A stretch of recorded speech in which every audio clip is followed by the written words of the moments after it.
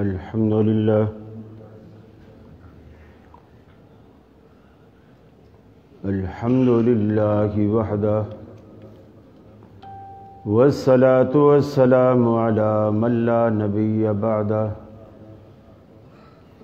أما بعد فأعوذ بالله من الشيطان الرجيم بسم الله الرحمن الرحيم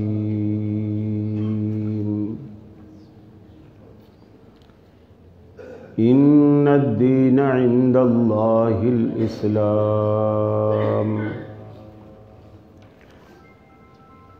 ومن يبتغ غير الإسلام دينا فلن يقبل منه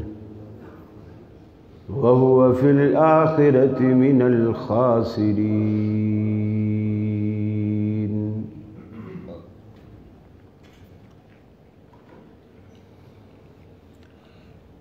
معزز علماء کرام،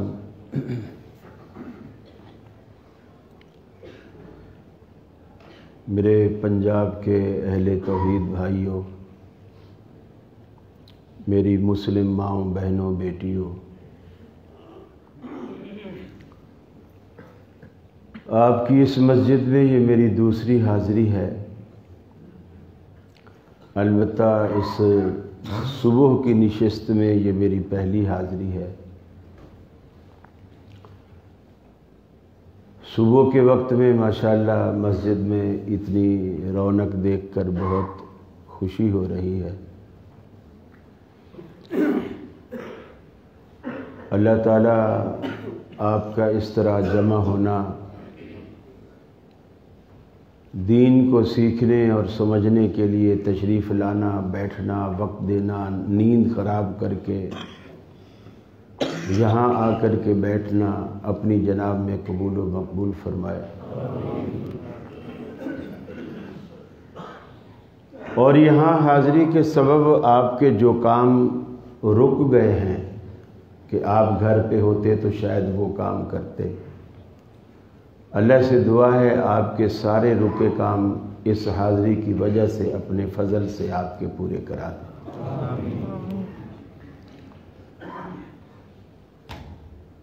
قرآن مجید کی دو آیت کریمہ میں نے آپ کے سامنے تلاوت کی ہے۔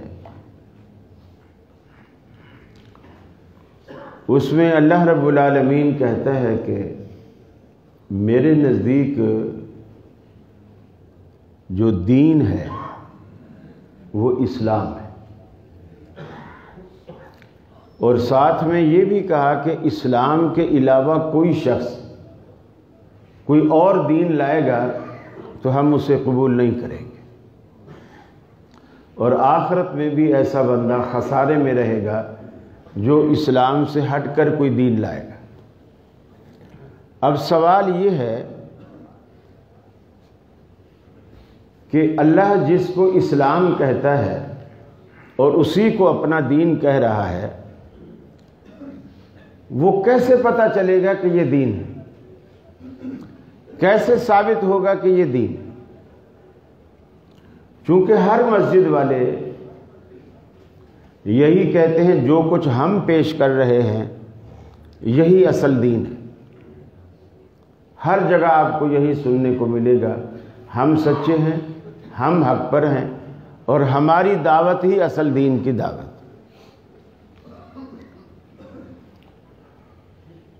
رسول اکرم صلی اللہ علیہ وسلم نے صحابہ کرام کی جس نہج پر تربیت کی،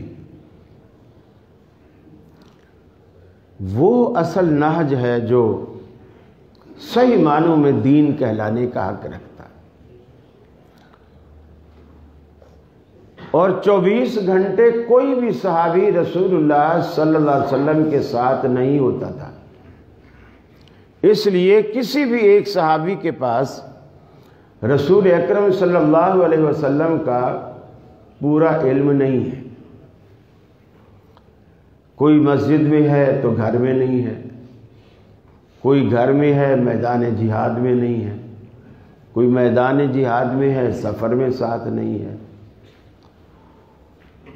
تو آپ نے جو بات ظہر میں کی، عصر میں کی، تو جو اس وقت مسجد میں موجود تھے انہوں نے تو سن لی، جو مسجد میں نہیں تھے انہوں نے نہیں سنی۔ بعض صحابہ بڑے بڑے عالم تھے، حتیٰ کہ حضرت عبداللہ بن مسعود رضی اللہ تعالی عنہ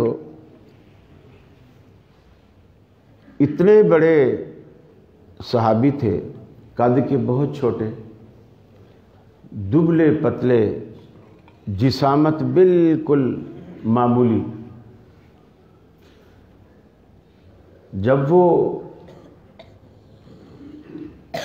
حدیبیہ صلح کے بعد اگلے سال جب مکے میں تشریف لائے اللہ کے رسول بھی، صحابہ بھی، تو کفار سامنے پہاڑی پر چڑھ کے بیٹھ کر یہ منظر دیکھتے تھے اور ہنستے تھے۔ حضرت عبداللہ بن مسعود کی بالکل سوکھی سی پنڈلیاں، وہ ہنستے۔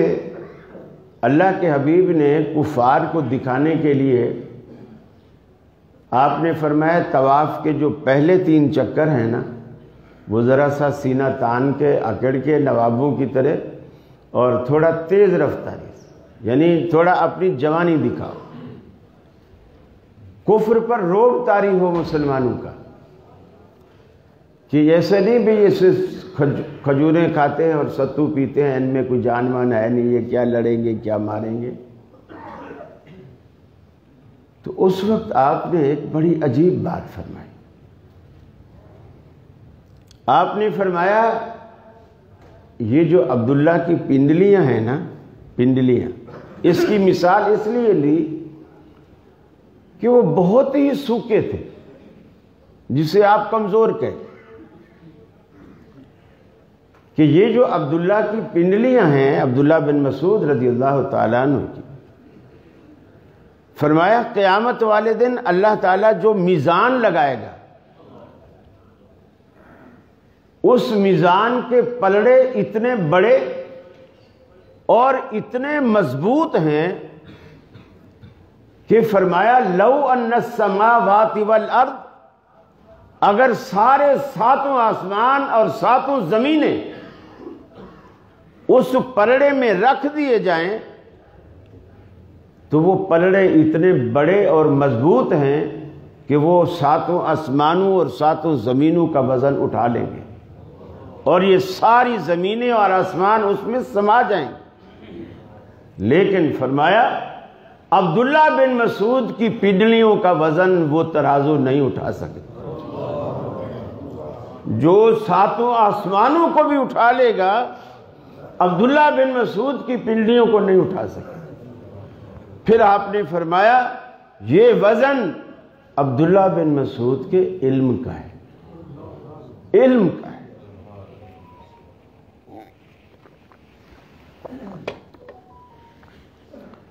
اب اتنا بڑا علم ہے، مسجد میں بیٹھے ہیں، جمعے کا دن ہے، عبداللہ بن مسعود بیٹھے ہیں رضی اللہ تعالیٰ عنہ، ابی بن کعب ان کے ساتھ بیٹھے، اللہ کے رسول منبر پہ جلوہ افروز خطبہ دے رہے۔ آپ نے ایک حدیث بیان کی، خطبہ دیتے دیتے آپ نے ایک حدیث بیان کی۔ عبداللہ بن مسعود ابی بن کعب جو برابر میں بیٹھے تھے، اس نے کوہنی ماری ابی بن کعب کو اور کہا کہ یہ جو رسول اکرم صلی اللہ علیہ وسلم ابھی بیان فرما رہے ہیں اور جو آیت ابھی پڑھ رہے ہیں، آپ کو پتہ ہے یہ کس موقع پر نازل ہوئی تھی؟ ابی بن، یہ خطبے کے دوران پوچھا جا رہا ہے۔ ابی بن کعب چپ رہے، کوئی جواب نہ دی۔ عبداللہ بن مسعود نے دوبارہ کوشش کی اور کہا کہ ابی، یہ جو اللہ کے رسول نے خطبے میں بھی آیت پڑھی ہے، اس کا شان نزول تمہیں پتہ ہے؟ پتہ ہے یہ کس موقع پر، اس کا پس منظر کیا ہے، کس موقع پر نازل ہوئی تھی؟ انہوں نے کوئی جواب نہیں دیا. پھر خود ہی کہنے لگے کہ مجھے تو یہ بھی پتہ ہے کہ جب یہ آیت نازل ہوئی تھی اس دن اللہ کے رسول نے کپڑے کس رنگ کے پہنے ہوئے تھے. اب یہ گویا ان کی ایک علم کی یہ بھی ایک دلیل ہے کہ اتنی بات کو یاد رکھنے والے. اب اگلی بات،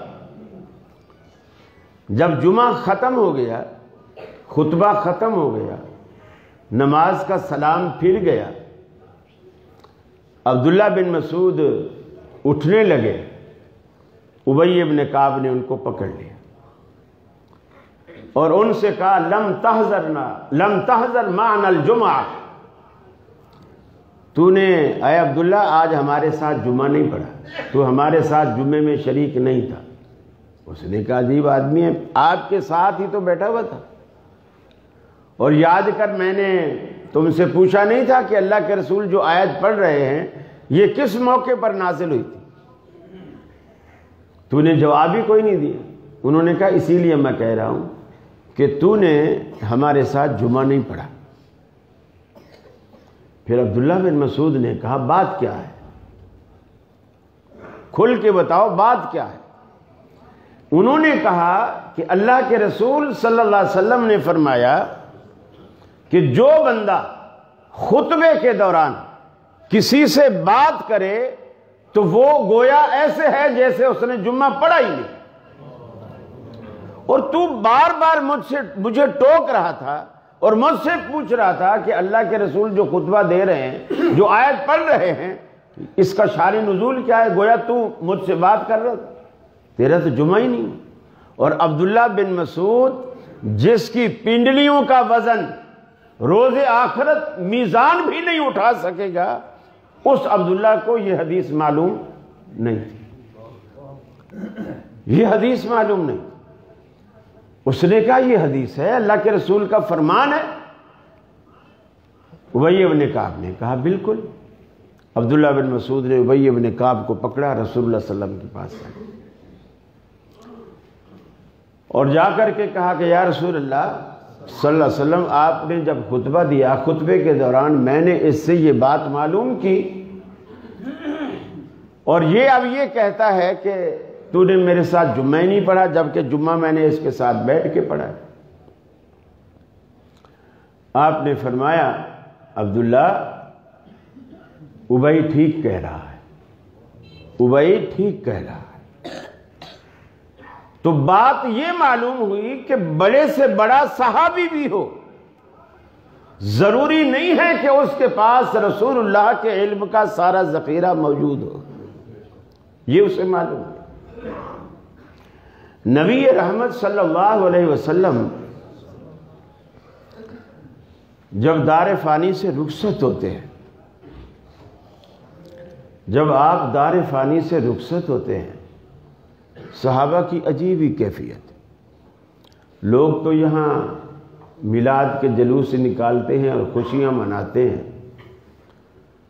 اور ایسی ایسی باتیں کرتے ہیں.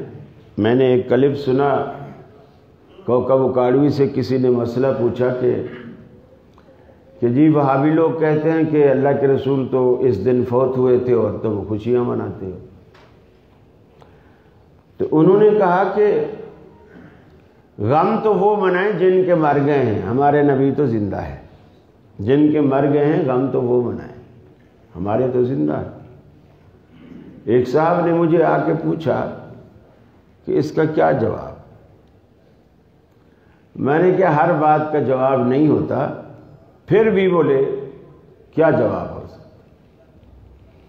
میں نے کہا اس سے پوچھو رسول اکرم صلی اللہ علیہ وسلم کی قبر مبارک کہاں ہے؟ چلو قبر کا لفظ نہ لے تو روضہ کہہ لے، وہ فوراً کہے گا مدینہ شریف. پھر آپ دوسرا اور آخری سوال کرو کہ قبر زندہ کو دی جاتی ہے یا فوت ہونے والوں کو دی جاتی ہے؟ قبر کس کی ہوتی ہے؟ زندہ شخص کی ہوتی ہے قبر یا فوت ہونے والے کی ہوتی ہے؟ فوت ہونے والی. تو گویا فوت تو آپ مان ہی رہے ہو، بس زبان پہ نہیں لا رہے. دل میں تو مان رہے ہو، زبان پہ نہیں لا رہے. تو نبی کریم صلی اللہ علیہ وسلم کے بڑے سے بڑے صحابہ بھی سارے مسائل سے واقف نہیں ہوتے تھے. بہت ساری باتیں انہیں معلوم ہوتی تھی، بہت ساری نہیں معلوم ہوتی تھی. آپ جب دنیا سے رخصت ہو گئے، صحابہ کا بڑا عجیب منظر تھا. غم سے نڈھال مسجد نبوی بھری پڑی ہے. جیسے آپ بیٹھے ہیں اسی طرح مسجد نبوی میں سارے صحابہ جمع ہیں. برابر میں ہی آپ کا حجرہ تھا، جو حضرت عائشہ کا حجرہ تھا برابر ہی میں تھا. آپ کا جسد خاکی وہیں چارپائی پہ رکھا ہوا تھا. یمنی ایک دھاری دار سفید رنگ کی چادر تھی جو آپ کے اوپر ڈالی گئی تھی. ابوبکر صدیق بھی مسجد میں آئے تو انہوں نے بڑا عجیب منظر دیکھا کہ حضرت عمر مسجد میں کھڑے ہوئے ہیں اور تلوار ان کی بے نیام ہے، اور وہ اعلان کر رہے ہیں کہ اگر کسی نے یہ کہا نا کہ حضور فوت ہو گئے ہیں تو میں اسے قتل کر دوں گا، میں اس کا سر قلم کر دوں گا. ابوبکر صدیق رضی اللہ تعالیٰ عنہ آئے مسجد میں، انہوں نے یہ منظر دیکھا، حضرت عمر کا دعویٰ سنا، فوراً حجرے میں چلے گئے. جا کے دیکھا کہ تو رسول اللہ صلی اللہ علیہ وسلم چارپائی پر. انہوں نے آپ کے رخ انور سے کپڑا ہٹایا، پیشانی کا بوسہ دیا. پیشانی کا بوسہ دے کر فرمایا بس یہی موت ہے جو آپ پر آ چکی ہے، اللہ آپ پر 2 موتیں نہیں لائے گا. یعنی جو آنی تھی وہ آ چکی، اللہ دوسری موت نہیں لائے. اور آپ نے اپنی زندگی میں بھی اس کے واضح اشارے دیے، کئی موقعوں پر دی.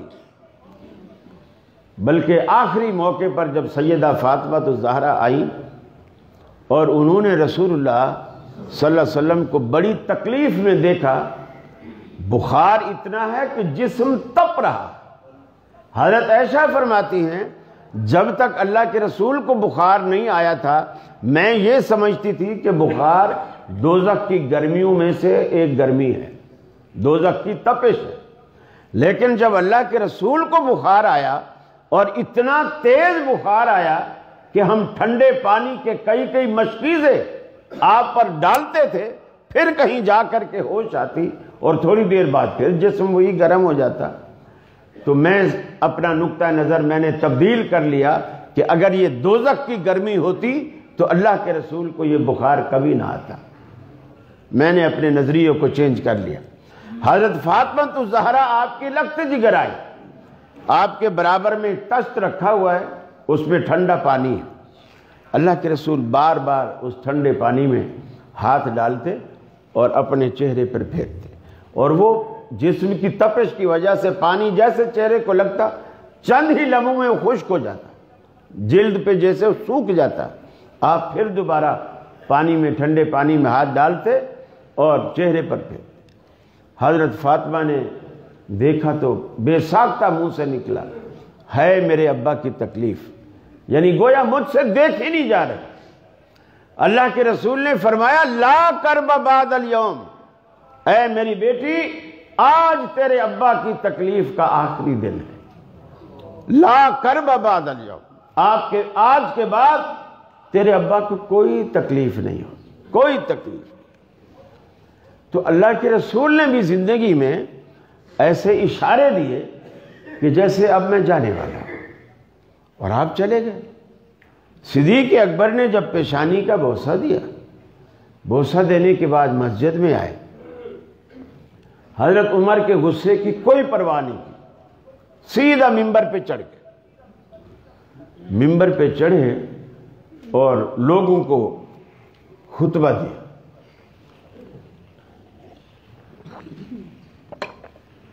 لوگوں کو خطبہ دیا. اس خطبے میں آپ نے فرمایا من کان یعبد محمدا فإن محمدا قد مات. جو شخص محمد عربی صلی اللہ علیہ وسلم کی عبادت کرتا تھا وہ سن لے اس کا معبود آج فوت ہو گیا۔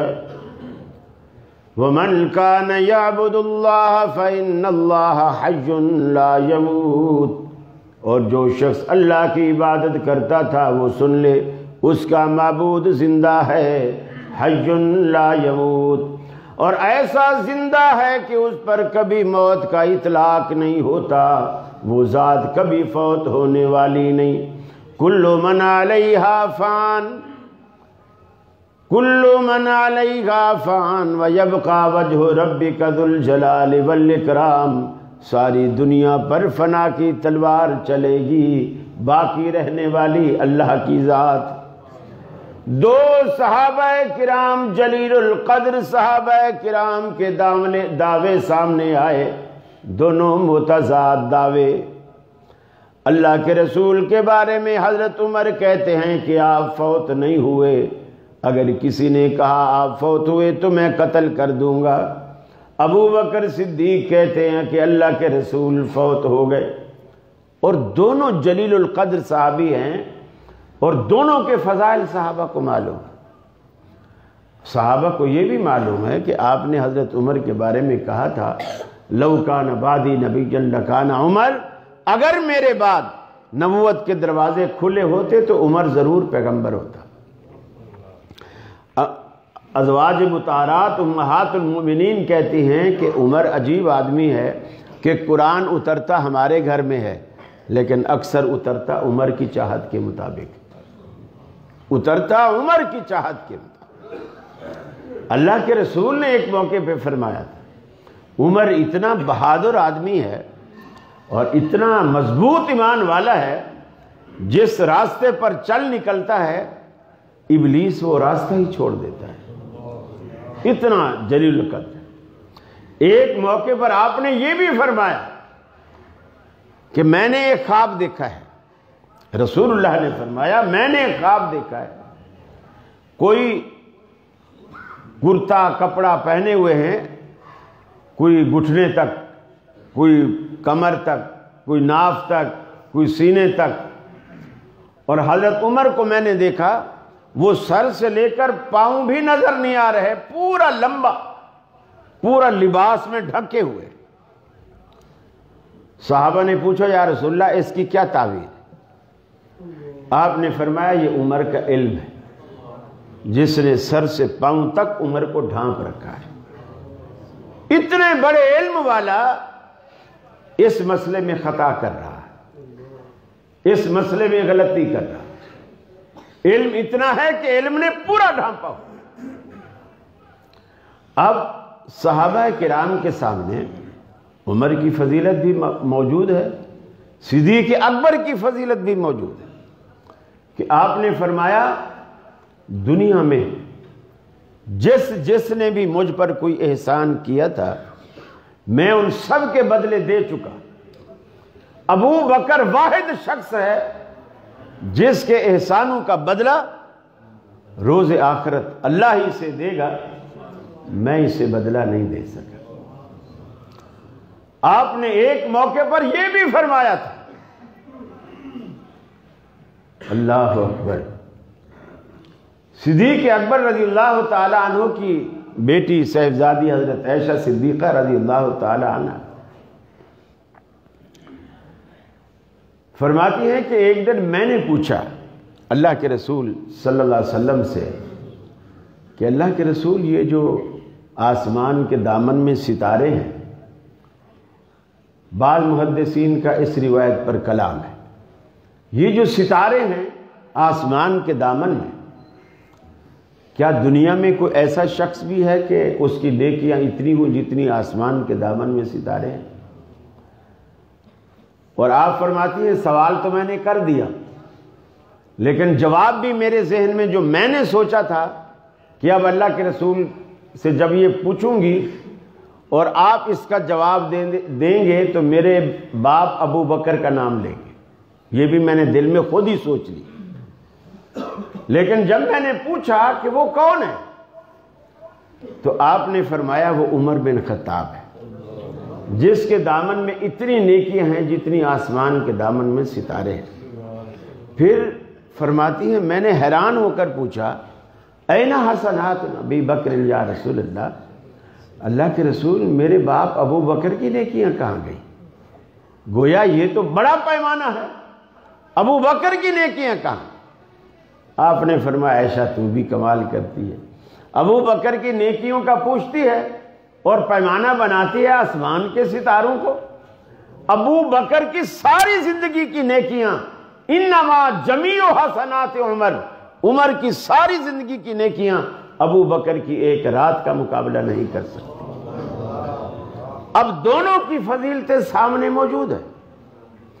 آپ نے یہ بھی فرمایا تھا اور صحابہ کو یہ سب معلوم ہے، آپ نے ایک موقع پر فرمایا کہ جنت کے 8 دروازے ہیں اور ہر دروازہ کسی نہ کسی مخصوص نیکی کے ساتھ مخصوص ہے۔ بعض نماز جو زیادہ پڑھتے ہیں نفل وغیرہ ان کے لیے دروازہ رکھا ہے، بعض جو روزے زیادہ رکھتے ہیں ان کے لیے دروازہ رکھتا ہے، بعض جو سخاوت زیادہ کرتے ہیں ان کے لیے دروازہ رکھا ہے۔ اور قیامت والے دن ان اوصاف کے جو لوگ آئیں گے تو اس صفت کے حاملین کے لیے جو دروازہ مقرر کیا گیا ہے وہ اس کو آواز دے گا کہ اے فلاں میرے اندر سے داخل ہو۔ ابو بکر صدیق رضی اللہ تعالیٰ عنہ نے عرض کی کہ اللہ کے رسول کیا کوئی دنیا میں ایسا بھی شخص ہے جسے جنت کے 8 دروازے آواز دیں، 8 دروازے اس کو بلائیں؟ یعنی ایسا بھی کوئی خوش نصیب ہے؟ آپ نے فرمایا ہاں انت منہم یا صدیق، اے صدیق تو انہی میں سے ہے جس کو جنت کے 8 دروازے آواز دیں۔ اب صحابہ کے سامنے یہ دونوں کے فضائل، عمر کے فضائل، صدیق اکبر کے فضائل دونوں کے معلوم ہیں اور دونوں کے دعوے مختلف ہیں۔ عمر کہتا ہے اللہ کے رسول فوت نہیں ہوئے، صدیق اکبر کہتے ہیں اللہ کے رسول فوت ہو گئے۔ اب صحابہ کرام کس کی بات کو مانتے ہیں اور کس کی بات کو نہیں مانتے ہیں، اور جس کی بات کو مانتے ہیں تو کیوں مانتے ہیں، اور جس کی بات کو رد کرتے ہیں تو کیوں رد کرتے ہیں؟ یہ ہے بات اصل سوچنے والی۔ حضرت عمر نے جب دعویٰ کیا تو دلیل کوئی نہیں دی، کوئی بھی دلیل ساتھ نہیں دی، بس دعویٰ کیا۔ ابو بکر صدیق جب منبر پر کھڑے ہوئے انہوں نے جب دعویٰ کیا، دعوے کے ساتھ انہوں نے دلیل دی۔ فرمایا وما محمد الا رسول قد خلت من قبله الرسل افإن مات او قتل انقلبتم على اعقابكم۔ فرمایا محمد صلی اللہ علیہ وسلم بھی ایک رسول ہیں، آپ بھی ایک پیغمبر ہیں، دنیا میں آنے والے دیگر انبیاء کی طرح۔ کیا آپ اگر دنیا سے چلے جائیں یا قتل کر دیے جائیں کیا تم دین سے منحرف ہو جاؤ گے، دین سے پلٹ جاؤ گے؟ دوسری دلیل دی کہ اللہ رب العالمین قرآن پاک میں کہتا ہے اِنَّكَ مَيِّتُونَ وَإِنَّهُمْ مَيِّتُونَ، اے حبیب آپ بھی مرنے والے ہیں، دنیا سے جانے والے ہیں، اور یہ کافر جو دن رات آپ کی موت کی دعائیں کرتے ہیں یہ بھی تو جانے والے ہیں، یہ کب تک رہیں گے؟ تیسری دلیل دیتے ہوئے فرمایا أَفَإِن مِّتَّ فَهُمُ الْخَالِدُونَ۔ اللہ رب العالمین قرآن میں کہتا ہے حبیب اگر آپ فوت ہو جائیں تو یہ کافر کب تک رہیں گے؟ یہ کیا ہمیشہ رہیں گے؟ انہوں نے بھی تو مرنا ہے۔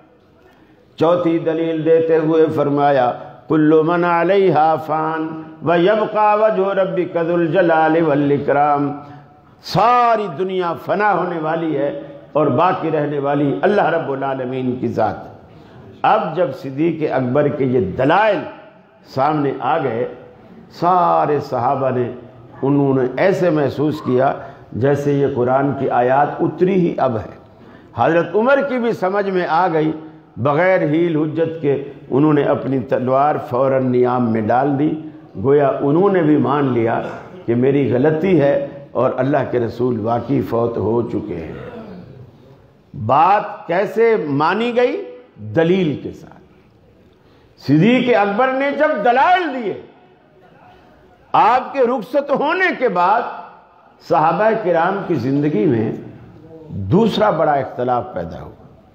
وہ اختلاف یہ ہوا کہ آپ کو دفن کہاں کیا جائے، دفن کہاں کیا جائے۔ صحابہ کے 3 گروہ کھڑے ہوئے۔ ایک گروہ کہتا تھا کہ آپ کو مکہ میں دفن کیا جائے چونکہ وہ آپ کا آبائی علاقہ ہے۔ انصار کہتے تھے نہیں، اللہ کے رسول نے ہم سے وعدہ کیا تھا کہ میرا اب جینا مرنا سب کچھ تمہارے ساتھ۔ ہجرت کے بعد آپ نے وعدہ کیا تھا کہ ہم آپ کے ساتھ ہی رہیں گے، لہٰذا آپ کو مدینے میں دفن کیا جائے۔ تیسرا گروہ کھڑا ہوا، انہوں نے کہا نہیں، انبیاء کی کثیر تعداد، زیادہ انبیاء بیت المقدس کے آس پاس دفن ہیں، لہٰذا رسول اللہ صلی اللہ علیہ وسلم کو بھی وہیں دفن کیا جائے۔ کوئی فیصلہ ہی نہیں ہو رہا۔ صدیق اکبر رضی اللہ تعالیٰ عنہ کھڑے ہوئے، انہوں نے کہا لوگو، جس ہستی کی وفات پر اور تدفین پر تمہیں اختلاف ہے، ان کا ایک فرمان مجھے یاد ہے، آپ نے فرمایا تھا پیغمبر وہی دفن ہوتا ہے جہاں اس کی وفات ہو، جہاں اس کی وفات ہو۔ لہٰذا یہ جتنے صحابہ تھے سب نے اپنی اپنی بات کو واپس لے لی اور یہ فیصلہ کیا کہ آپ کو مدینے میں دفن کیا جائے، اور مدینے میں بھی حضرت عائشہ کے حجرے میں دفن کیا جائے، چونکہ آپ کی وفات وہیں واقع ہوئی ہے۔ اور لہٰذا یہ جو آج روضہ جہاں ہے، یہ حضرت عائشہ صدیقہ رضی اللہ تعالی عنہا کا حجرہ، وہاں دفن کیا گیا۔ پہلا جو فیصلہ کیا گیا قرآن کے مطابق، اور دوسرا جو فیصلہ کیا گیا حدیث رسول کے مطابق۔ یہ 2 بنیادی ماخذ ہیں اسلام کے۔ ہمارے ہاں جو دوسرے 2 ماخذ ہیں، جس کو ہم اسلام کے 4 ماخذ کہتے ہیں، قرآن، حدیث، پھر اس کے بعد یہ اجماع، اور پھر قیاس۔ یہ جو دوسرے ماخذ ہیں 2، وہ ان 2 ماخذوں کے تابع ہیں، وہ اس کے تابع ہیں، اس کے تحت ہیں، الگ سے ان کی کوئی حیثیت نہیں، قرآن و سنت کے خلاف ان کی کوئی حیثیت نہیں، اس کے تابع۔ اب ہمارے یہاں ایک مخصوص طبقہ ہے جن کا پورا مسلک یہ ہے، میں نام نہیں لے رہا، پورا مسلک یہ ہے کہ سب سے پہلے مسئلہ قرآن میں تلاش کرو، اگر قرآن میں نہ ملے تو پھر حدیث میں دیکھو۔ یہ شرط نہ اللہ نے لگائی ہے، نہ اللہ کے رسول نے لگائی۔ حجت کے اعتبار سے، دلیل کے اعتبار سے، سند کے اعتبار سے قرآن میں اور حدیث میں کوئی فرق نہیں، قرآن میں اور حدیث میں کوئی فرق نہیں۔ ہاں، قرآن میں الفاظ کے لحاظ سے فرق اتنا ہے، قرآن بات بھی اللہ کی ہے اور الفاظ بھی اللہ کے ہیں، بات بھی اللہ کی ہے، الفاظ بھی اللہ کے ہیں۔ حدیث بات اللہ کی ہے اور الفاظ، اس کو بیان کرنے کی جو ترتیب اور تزئین و آرائش لفظوں کی، وہ رسول اللہ صلی اللہ علیہ وسلم کی اپنی ہے۔ یہ بنیادی فرق ہے۔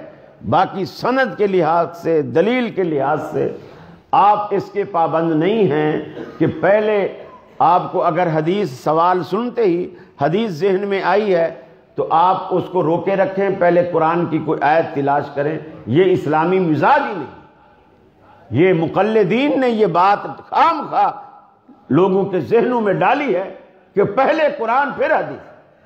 اسی لیے جب کہا جاتا ہے نا کہ امام کے پیچھے سورہ فاتحہ پڑھو، اس کے بغیر نماز نہیں ہوتی، کہتے ہیں دیکھو قرآن میں آیا، وَإِذَا قُرِئَ بھی قرآن تیرے اوپر اترا ہے، قرآن کن پر اترا ہے؟ نبی کریم پر، اور انہوں نے کہا کہ فاتحہ کے بغیر نماز نہیں ہوتی، تو اس کا مطلب ہے اس آیت کا یہ مطلب ہی نہیں جو تو نے لیا۔ اللہ کے رسول سے تو زیادہ قرآن کو سمجھتا ہے۔ پہلے قرآن، یہ اسلامی مزاج نہیں ہے، پہلے قرآن پہلے ہی حدیث۔ سوال سنتے ہی میں آپ کو ایک چھوٹا سا واقعہ سناؤں۔ کسی محلے میں، کسی علاقے میں ایک عورت تھی، کہ اس علاقے میں جو بھی عورتیں فوت ہوتی تھیں وہ ان کو غسل دیتی تھی، وہ غاسلہ کہلاتی تھی، ان کو غسل دیتی تھی۔ تو ایک دن ایک عورت فوت ہو گئی محلے میں، تو اس عورت کے پاس لوگ گئے کہ آپ آئیں اور فلاں شخص کی بیوی فوت ہو گئی ہے، آپ آ کے غسل دیں۔ تو اس نے کہا کہ میں تو حالت حیض میں ہوں اور مجھے یہ مسئلہ بھی معلوم نہیں ہے کہ آیا حیض والی عورت دوسری کسی میت کو نہلا سکتی ہے یا نہیں نہلا سکتی۔ اب ایک دوسرے سے لوگ مسئلہ پوچھیں، اس سے کوئی کہے دے سکتی ہے، اب اس سے پوچھے دلیل کیا ہے تو بولے بس دے سکتی ہے، دلیل کیا؟ کوئی پوچھے تو بولے نہیں دے سکتی، دلیل کیا ہے؟ بس اس لیے کہ وہ ناپاک ہے نہیں دے سکتی۔ بڑے پریشان، اسی کشمکش میں ظہر کا وقت آ گیا، میت پڑی ہوئی ہے گھر میں، غسل دینے والا کوئی نہیں۔ اللہ اکبر۔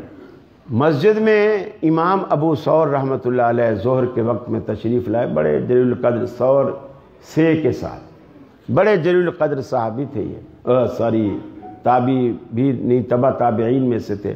یہ تشریف لائے اور تشریف لائے تو لوگوں نے پوچھا کہ امام صاحب ہم بڑے پریشان ہیں، محلے میں عورت فوت ہو گئی ہے، ایک غسل دینے والی عورت ہے، وہ حالت حیض میں ہے، وہ غسل نہیں دے سکتی، وہ کہہ رہی ہے کہ مجھے پہلے مسئلہ بتاؤ، اگر میں دے سکتی ہوں تو دیتی ہوں، تو آپ مسئلہ بتاؤ۔ انہوں نے کہا اسے بولو غسل دے، کیوں نہیں دیتی؟ تو انہوں نے کہا دلیل، کہنے کے دلیل حضرت عائشہ رضی اللہ تعالی عنہا سے مروی وہ روایت ہے کہ اللہ کے رسول وضو کر کے آئے اور آپ نماز کے لیے کھڑے ہوئے، وضو کر کے آئے اور حضرت عائشہ تھوڑی فاصلے پر کھڑی تھی اور حضرت عائشہ کے پاس جائے نماز رکھی ہوئی تھی۔ آپ نے حضرت عائشہ سے کہا عائشہ یہ جائے نماز مجھے اٹھا دو، جائے نماز مجھے اٹھا دو۔ تو حضرت عائشہ نے فوراً کہا یا رسول اللہ میں تو حالت حیض میں ہوں، گویا نماز کی جو جائے نماز ہے، کپڑا ہے، یہ تو پاک ہے اور پاک کپڑے پر نماز پڑھی جاتی ہے، میں تو ناپاکی کی حالت میں ہوں، میں کہ کیسے کپڑا آپ کو اٹھا کے دوں؟ تو آپ نے فرمایا عائشہ اٹھا کے دے، ان حیضۃ لیست فی یدک، حیض کو تیرے ہاتھوں میں نہیں لگا ہوا، اٹھا کے دے کپڑا۔ حضرت عائشہ نے جائے نماز اٹھا دی۔ امام ابو ثور، اب یہ حدیث ہے، قرآن کی آیت نہیں ہے، امام ابو ثور نے حدیث کو وہ فوری طور پر حدیث کی دلیل ذہن میں آئی وہی سنا دی۔ یہ کوئی اسلام نے ہمیں مکلف نہیں کیا کہ پہلے قرآن میں ڈھونڈو پھر حدیث میں ڈھونڈو، اس طرح کا کوئی معیار اللہ رب العالمین نے مقرر نہیں فرمایا۔ اور پھر دیکھیے عورتیں حالت حیض میں گھر میں آٹا نہیں گوندتی، کیا گوندتی؟ یہ تو نہیں وہ ہفتہ 10 دن ان کی چھٹی ہو جاتی ہے، آٹا گوندتی ہے، سالن بناتی ہے، روٹی پکاتی ہے انہی ہاتھوں سے، پھر وہ خود کھاتی بھی انہی ہاتھوں سے، اور ہم بھی اسی ہاتھ کی پکی ہوئی روٹی کھاتی ہیں۔ اگر وہ ناپاک ہیں اور ان کے ہاتھ لگانے سے چیزیں ناپاک ہو جاتی ہیں تو پھر آٹا بھی ناپاک ہے، روٹی بھی ناپاک ہے، پھر ہم بھی 10 دن ناپاک کی روٹیاں کھاتے ہیں۔ ایسا تو کوئی مسئلہ نہیں۔ یہ کچھ مسئلے لوگوں نے خود ذہنوں میں ڈالے ہوئے اپنے طور، جن کا اسلام سے کوئی تعلق نہیں۔ تو مقصد کہنے کا یہ ہے بات وہی ہونی چاہیے جو دلیل کے ساتھ، اور دلیل قرآن و سنت کا نام ہے، دلیل قرآن و سنت کا نام ہے، اس کے علاوہ کوئی چیز دلیل نہیں۔ ان دو چیزوں سے جو ثابت ہے وہ دین ہے، اور جو ان سے باہر ہے اس کا دین سے کوئی تعلق نہیں، چاہے ساری دنیا کہے کہ یہ بھی اچھی بات ہے، یہ بھی اچھی بات ہے، یہ بھی اچھی باتیں ہونا الگ بات ہے، دین ہونا الگ بات ہے۔ دیکھیے زمزم اچھی چیز ہے کہ بری چیز ہے؟ اچھی چیز ہے۔ آپ نے فرمایا اگر کوئی شخص دل میں مراد رکھ کر اس زمزم کو ایک سانس میں جتنا پی سکتا ہے دل میں کوئی مراد رکھ کر، مثلا آپ کے ہاں اولاد نہیں ہوتی، آپ نے دل میں مراد رکھ لی اللہ مجھے بیٹا دے دے، میں یہ زمزم پی رہا ہوں، مجھے بیٹا دے دے مثال کے طور پر، اور آپ نے ایک ہی سانس میں جتنا پی سکتے تھے زمزم کو آپ نے پی لیا، اللہ کے رسول نے فرمایا اللہ اس کی وہ مراد پوری کر دیتا ہے۔ یہ زمزم کے اندر اللہ نے اتنی تاثیر رکھی ہے، وہ مراد اللہ پوری کر دیتا ہے۔ اب پاکستان میں گوجرانوالہ میں اگر یہاں کسی کی دودھ کی دکان ہو اور وہ منرل واٹر ہی بالٹی بھر کے اس دودھ میں ڈالے تو آپ کیا بولو گے، یہ بے ایمان ہے شخص یا ایماندار؟ اگر وہی دکان سعودی عرب میں ہو، اگرچہ وہاں کھلا دودھ بیچنے کی اجازت نہیں ہے، میں مثال دے رہا ہوں کہ وہاں آپ ٹب بھر کے بیٹھے ہوں اور بالکل آپ کی آنکھوں کے سامنے وہ زمزم ہی سے، اور واقعی زمزم پانی کی بالٹی بھر کے دودھ میں آ کے ڈالے، تو وہ بے ایمان ہے یا انتہائی نیک آدمی ہے؟ نیک کون کہہ رہا ہے؟ اچھا بچہ نیک، یہ گجر نہیں ہے نا، اس کو پتہ نہیں،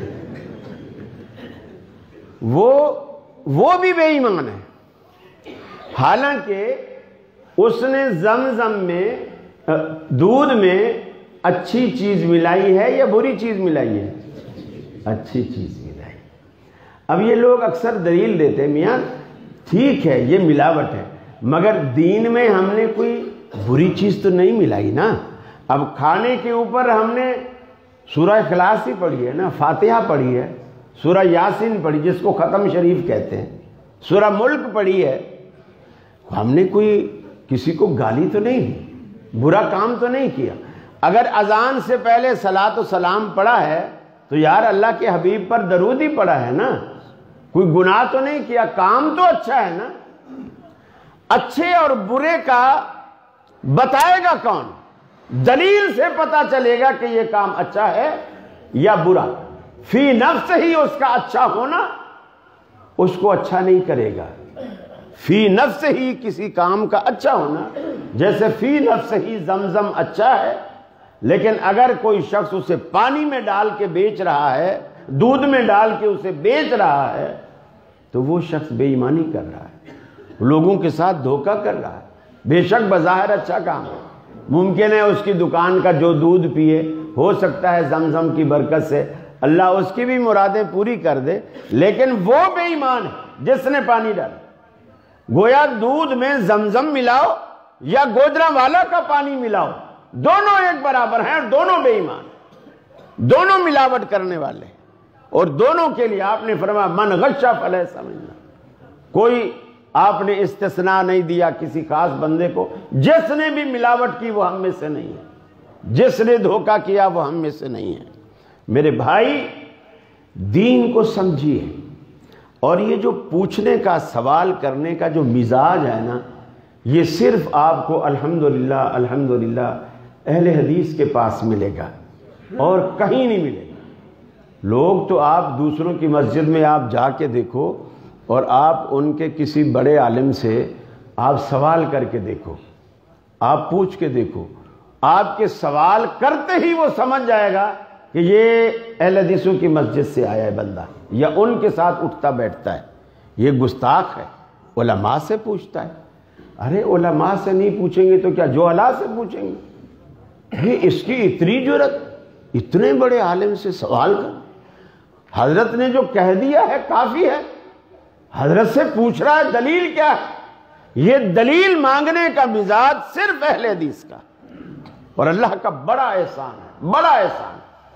اور یہ اللہ اکبر، صحابہ کرام میں چھوٹی چھوٹی بات حضرت عمر نے لوگوں کو درس دیا، مسجد نبوی درس دیا، اور درس میں فرمایا کہ میں نے سنا ہے کہ آج کل کی عورتیں، یعنی اس دور میں کہ میں نے سنا ہے آج کل عورتیں جو ہیں وہ اپنا حق مہر بہت زیادہ مانگنے لگی ہیں، بہت زیادہ مقرر کرنے لگی ہیں، اور پھر انہوں نے کوئی ایک فیگر مقرر کیا، وہ فیگر حدیث میں ذکر نہیں ہے، لیکن یہ ہے کہ آپ نے ایک مقدار مقرر کی کہ اس مقدار سے زیادہ اگر کسی نے مہر باندھا تو ہم وہ بیت المال میں جمع کر لیں گے، یعنی ضبط کر لیں گے۔ اس سے زیادہ بیت المال، جیسے ہمارے ہاں مشہور ہے شرعی مہر جی کیا ہے جی 32.25 روپے، یہ کس شریعت میں ہے کسی کو بھی پتہ نہیں، خود اس مولوی کو بھی پتہ نہیں جس نے کہا یہ شرعی مہر ہے کہ یہ 32.25 روپے آئے کہاں سے۔ حضرت عمر نے کہا کہ یہ مقدار ہے، اس سے اوپر اگر کسی نے مہر باندھا تو ہم اسے بیت المال میں جمع کریں۔ درس ختم ہو گیا، لوگ اٹھنے لگے، کچھ چلے بھی گئے۔ حضرت خولہ بنت ثعلبہ جو اس وقت کافی بوڑھی ہو چکی تھی، یہ کھڑی ہوئی اور انہوں نے کہا امیر المومنین آپ کا یہ فیصلہ قرآن کے خلاف ہے، آپ کا یہ فیصلہ قرآن کے خلاف۔ حضرت عمر نے کہا کیسے قرآن کے خلاف؟ تو انہوں نے کہا اللہ تو قرآن میں کہتا ہے اگر مہر میں تمہارا خزانہ بقنطار، اگر خزانہ بھی مقرر ہو جائے تو فرمایا وہ بھی اس کو ادا کرو۔ تو خزانہ کوئی 25 یا 32 روپے پر تو نہیں بولا جاتا، تو خزانہ تو پھر خزانہ ہوتا ہے۔ اللہ تو ہمیں خزانہ دینے پر راضی ہے، اور امیر المومنین آپ ہمیں 32 اور 25 روپے پہ روک رہے ہیں، آپ کا یہ فتویٰ قرآن کے خلاف ہے۔ حضرت عمر نے لوگوں سے کہا فٹافٹ جو لوگ باہر نکلے ان کو بلاؤ۔ سارے لوگ آ گئے، اور اب آپ نے دو کام کیے۔ ایک تو دیکھو اپنی غلطی کا اعتراف، عالم سب سے بڑا وہی ہوتا ہے کہ بھری مجلس میں بھی اگر کوئی بچہ بھی دلیل کے ساتھ اس کی بات کو غلط قرار کر دے تو وہ سب کے سامنے کہے یہ میری غلطی۔ حضرت عمر نے بھری مجلس میں تسلیم کیا کہ میرا یہ فتویٰ واقعی غلط تھا، اور دوسرا اس بڑھیا کی آپ نے تعریف اور توثیق کی، جس کا مطلب یہ تھا کہ اگر کوئی بندہ آپ کی اصلاح کرتا ہے تو وہ آپ کا دشمن نہیں ہے، آپ کا محسن ہے، آپ کا محسن ہے، اس نے آپ کی اصلاح کی ہے اور آپ کو غلطی سے بچایا۔ حضرت عمر نے کہا لوگو عمر سے تو یہ بڑھیا بھی قرآن زیادہ جانتی ہے، عمر سے تو یہ بڑھیا بھی قرآن زیادہ جانتی ہے۔ ایک روایت میں آتا ہے اگر یہ بڑھیا نہ ہوتی تو عمر گمراہ ہو جاتا، عمر گمراہ ہو جاتا۔ آپ نے اپنا فتویٰ واپس لیا اور آپ نے آزاد چھوڑ دیا، اور اسی طرح جو آج تک ایک مخصوص طبقے میں سیدنا فاروق اعظم کے بارے میں مشہور ہے کہ جی انہوں نے ایک وقت کی 3 طلاقوں کو 3 ہی شمار کر دیا تھا۔ مسلم شریف میں بھی روایت ہے، حضرت ابن عباس اس کے راوی ہیں، اور وہ فرماتے ہیں کہ اللہ کے رسول کے زمانے میں، ابو بکر صدیق کے زمانے میں، اور حضرت عمر فاروق کے پہلے 2 سال تک، 2 یا 3 سال تک پہلے ایک مجلس کی 3 طلاقوں کو ایک مانا جاتا تھا۔ رسول اللہ کے دور میں، ابو بکر صدیق کے دور میں، اور حضرت عمر کے پہلے 3 یا 2 سالوں تک ایک مجلس کی 3 طلاقوں کو ایک مانا جاتا تھا۔ پھر حضرت عمر نے اپنے ان ابتدائی دور کے بعد ایک تعزیری حکم نافذ کیا کہ اب جو بندہ جتنی طلاقیں دے گا ہم اتنی شمار کریں گے، اتنی شمار کریں گے۔ حالانکہ دین صحابہ کے دور میں آخر تک مکمل ہوتا رہا یا نبی کریم کی حیات مبارکہ میں مکمل ہو چکا؟ الیوم اکملت لکم دینکم واتممت علیکم نعمتی ورضیت لکم الاسلام دینا۔ یہ جو اللہ نے حکم نازل کیا، یہ آیت رسول اللہ صلی اللہ علیہ وسلم پر نازل ہو چکی تھی حجۃ الوداع کے موقع پر، اور دین آپ کی حیات مبارکہ میں مکمل تھا۔ اب حضرت عمر نے یہ حکم جاری کر دیا، ٹھیک ہے، حکم جاری ہو گیا۔ دوسرا حکم آپ نے دیا تھا جو عورت نوحہ کرے، یہ جو مرنے پر پنجاب میں اسے بین کہتے ہیں، بین کہتے ہیں، کیا کہتے ہیں؟ بین کہتے ہیں۔ تو وہ جو عورت نوحہ کرنے والی ہوتی تھی، بین کرنے والی، حضرت عمر نے حکم دیا کہ اسے قتل کر دو، اسے قتل کر دو۔ تیسرا حکم آپ نے یہ دیا کہ جو لونڈی، جو اسلام کا حکم ہے کہ جو جہاد میں عورتیں پکڑی جاتی اور وہ امیر کے پاس جمع ہوتی، امیر انہیں تقسیم کرتا تو وہ لونڈی جس کے حصے میں آتی اس شخص پر وہ لونڈی حلال ہوتی، اور وہ شخص اس کے ساتھ بیوی والا معاملہ بھی کر سکتا تھا بغیر کسی نکاح کے۔ اور یہ چیز رسول اللہ صلی اللہ علیہ وسلم کے وقت میں بھی چلی آئی، ابو بکر صدیق کے وقت میں بھی چلتی رہی، اور حضرت عمر کے ابتدائی دور میں بھی چلتی رہی۔ پھر انہوں نے کیا کیا، حضرت عمر نے یہ پابندی لگا دی کہ اب جس کی بھی لونڈی ہے یا تو وہ اس سے بیوی والا کام نہ کرے، اور اگر بیوی والا کام رکھنا چاہتا ہے تو اس سے نکاح کرے، نکاح کے بغیر نہیں کر سکتا۔ یہ 3 کام کی۔ امام ابن قیم رحمۃ اللہ علیہ کی کتاب ہے اغاثۃ اللہفان، آج بھی موجود ہے، مارکیٹ میں موجود ہے، اغاثۃ اللہفان۔ اس میں حضرت عمر کی یہ 3 باتیں امام ابن قیم رحمۃ اللہ علیہ لائے ہیں، اور 3 باتیں لانے کے بعد ان 3 باتوں سے حضرت عمر کا رجوع لائے کہ حضرت عمر ساری زندگی ان 3 باتوں پر پچھتاتے رہے، کاش میں 3 طلاق، ایک مجلس کی 3 طلاقوں کو 3 شمار نہ کرتا، کاش میں نوحہ کرنے والیوں کو قتل نہ کرواتا، کاش میں لونڈیوں کے ساتھ نکاح کو لازم قرار نہ دیتا۔ مجھے بتائیے، اگر کوئی حاکم وقت کوئی اچھا کام کرتا ہے، اچھا کام کرنا، حاکم وقت ہو یا عام آدمی ہو، اچھا کام کرتا ہے، اچھا کام کرنے کے بعد اسے اس پر پچھتاوا ہونا چاہیے یا خوشی ہونی چاہیے؟ اور حضرت عمر پچھتا رہے، حضرت عمر پچھتا رہے، اور پچھتانے کا مطلب یہ ہے کہ مجھ سے بھول ہوئی ہے۔ تو ہمیشہ دین کے ساتھ دلیل لازم و ملزوم ہے، جب تک وہ بات دلیل سے ثابت نہیں ہوتی تب تک وہ دین کہلانے کا حق نہیں رکھتی۔ حضرت ابی بن کعب رضی اللہ تعالیٰ عنہ مسجد میں درس دے رہے تھے، ایک صحابی نے امیر المومنین حضرت عمر فاروق کو آ کر کے شکایت کر دی۔ شکایت یہ کی کہ میں ابھی مسجد میں گیا اور فلاں بندہ درس دے رہا تھا، ابی بن کعب، اور انہوں نے ایک حدیث بیان کی کہ جب 2 بندے میاں بیوی آپس میں ملیں اور ملنے کے بعد اگر دخول ہو یا نہ ہو، جب 2 ملیں انزال ہو یا نہ ہو، تو وہ ایسے ملے، دخول بھی نہیں ہوا، انزال بھی نہیں ہوا، تو اس پر غسل لازم ہے۔ وہ آ کر کے حضرت عمر کو کہنے لگا کہ میں نے پھر ان سے پوچھا دلیل، تو انہوں نے اپنے کسی چچا کا حوالہ دیا جو کہ صحابی ہے، کہ میں نے فلاں چچا تھے، ان سے میں نے مسئلہ سنایا اور انہوں نے رسول اللہ صلی اللہ علیہ وسلم سے سنا تھا۔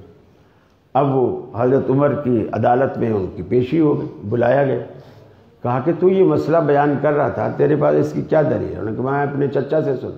کہا دین تیرے چچا کا ہے؟ دین تیرے چچا کا ہے، یہ دلیل ہے کہ میں نے اپنے چچا سے سنا؟ آپ بتا کیسے غسل کر سکتا؟ غسل کی لازمی ہونے کی آپ نے کیا دلیل، کیا ہے تیرے پاس؟ آپ نے صحابہ کا اجتماع بلایا، سارے صحابہ کو جمع کر لیا۔ اب کچھ صحابہ کہتے ہیں کہ جب بھی میاں بیوی سے ملے، انزال ہو یا نہ ہو، اگر دخول ہو گیا تو غسل فرض ہے، اگر دخول نہیں ہوا غسل فرض نہیں ہے، اور اگر دخول نہیں ہوا، انزال ہوا تو بھی غسل فرض ہے، اور دونوں میں سے کچھ نہیں ہوا تو غسل فرض نہیں ہوا۔ دلیل پوچھتے ہیں، کسی کو معلوم؟ حضرت عمر نے سوچ سوچ کے اپنا قاصد بھیجا کہ جاؤ حضرت عائشہ کا دروازہ حضرت عائشہ کا پہلے بھیجا اپنی بیٹی حضرت حفصہ کے پاس، چونکہ وہ بھی ام المومنین تھی، ان کا دروازہ کھٹکاؤ اور ان سے پوچھو کہ اس مسئلے میں اللہ کے رسول کی طرف سے تمہارے پاس کوئی حل ہے؟ صحابہ موجود ہیں اور کچھ کہتے ہیں غسل کرے، کچھ کہتے ہیں نہ کرے۔ ارے جب ایک امتی جو کہ صحابی نہیں ہے اس کا فتویٰ تم نے دین بنا لیا ہے، حضرت عمر صحابہ کے فتوے کو دین نہیں مان رہا، بیٹی کے گھر پہ قاصد بھیجا ہمیں رسول اللہ کا مسئلہ بتاؤ، اس لیے کہ دین رسول اللہ کی پیروی کا نام ہے، کسی صحابی کے فتوے کا نام نہیں ہے۔ یہ بنیادی بات۔ حضرت حفصہ کے دروازہ کھٹکایا، پوچھا ہے مسئلہ، انہوں نے کہا میرے پاس اس معاملے میں اللہ کے رسول کا کوئی فرمان موجود نہیں ہے، تم عائشہ کے پاس جاؤ۔ وہ بندہ پھر عمر کے پاس کہ آپ کی بیٹی نے یہ جواب دیا، آپ نے پھر حضرت عائشہ کے پاس بھیجا۔ اچھا اب آپ دیکھو صحابہ کی ایمانداری دیکھو، حضرت عمر نے حفصہ کے پاس بھیجا، حفصہ نے حضرت عائشہ کا نام لیا، لیکن چونکہ حضرت عمر نے عائشہ کے پاس نہیں بھیجا تھا تو وہ حضرت حفصہ کے کہنے سے عائشہ کے پاس نہیں جاتا، فوراً عمر کے پاس کہ آپ کی بیٹی نے یہ جواب دی۔ آپ نے فرمایا اب عائشہ کے پاس جاؤ، وہ حضرت عائشہ کے دروازے پر آپ نے فرمایا، حضرت عائشہ نے فرمایا اللہ کے رسول کا فرمان میرے پاس موجود ہے۔ آپ نے فرمایا جب دونوں کی شرم گاہیں باہم ایک ہو جائیں، انزال ہو یا نہ ہو، غسل فرض۔ حضرت عمر نے سارے صحابہ کرام کو یہ مسئلہ سمجھا دیا، لیکن پہلے تحقیق کی، اور تحقیق کہاں جا کر ختم ہوئی؟ اللہ کے رسول کے فرمان پر۔ یہ آج فیصلہ کر کے اٹھو، دین یا تو قرآن ہے یا اللہ کے نبی کا فرمان ہے۔ تیسری کسی کا فتویٰ، کسی کا قول، کسی کی رائے، کسی کی زندگی، کسی کی بڑی داڑھی، کسی کی بڑی تصویر کوئی حیثیت نہیں رکھتی۔ دین کے اندر اگر حیثیت ہے تو یا تو اللہ کے قرآن کو یا پھر نبی کے فرمان کو۔ میرے خیال ہے آج کی گفتگو سے اگر آپ اتنی بات آج اگر آپ سمجھ جائیں تو میں سمجھتا ہوں میرا سفر کرنا کراچی سے یہاں آنا بالکل اس کی قیمت وصول ہو گئی۔ اللہ رب العالمین مجھے بھی اور آپ کو بھی عمل کی توفیق عطا فرمائے، اور اس بات پر جو بھی آپ لوگوں کا طریقہ کار ہے وہ اگر آپ کوئی سوالات ہوں آپ کے تو آپ بے شک کر سکتے ہیں۔ تو جو بھی آپ لوگوں کا طریقہ کار ہے جو آپ ہمیشہ کرتے ہیں، اور پھر اس کے بعد آپ کے لیے میرا خیال ہے تواضع کا بھی اچھا انتظام ہے، اور آج میں بھی دیکھوں گا پھر کراچی والوں کو بتاؤں گا کہ گوجرانوالہ میں تو ایسا ہوتا ہے، تم یہاں ایسا کیوں نہیں کرتے۔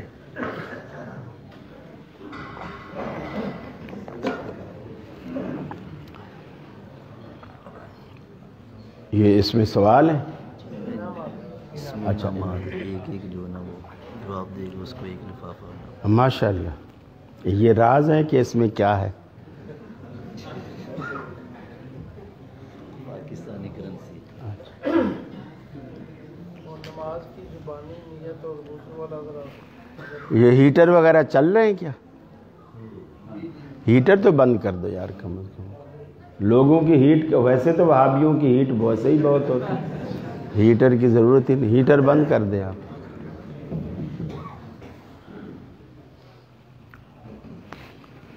جی اچھا، یہ سوال مجھ سے ابھی کسی نے کرنے ہیں یا بس پبلک سے سوال کرنے؟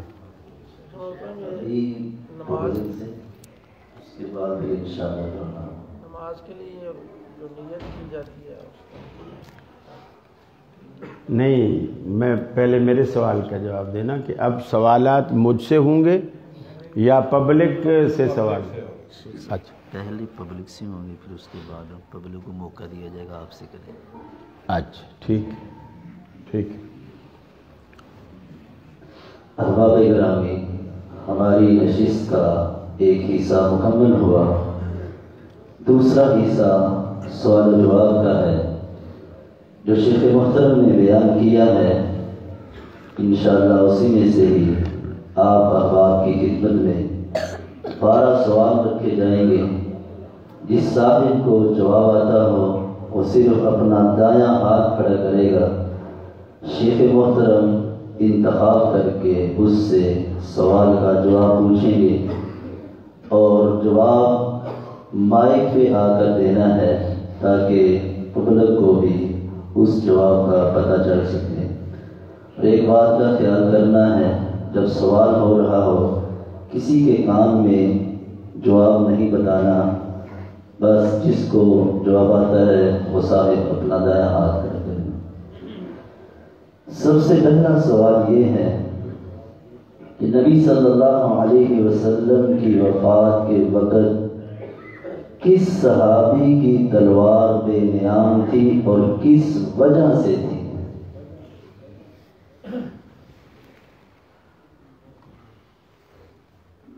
یہ بزرگ جو پہلی صف میں بیٹھے، جی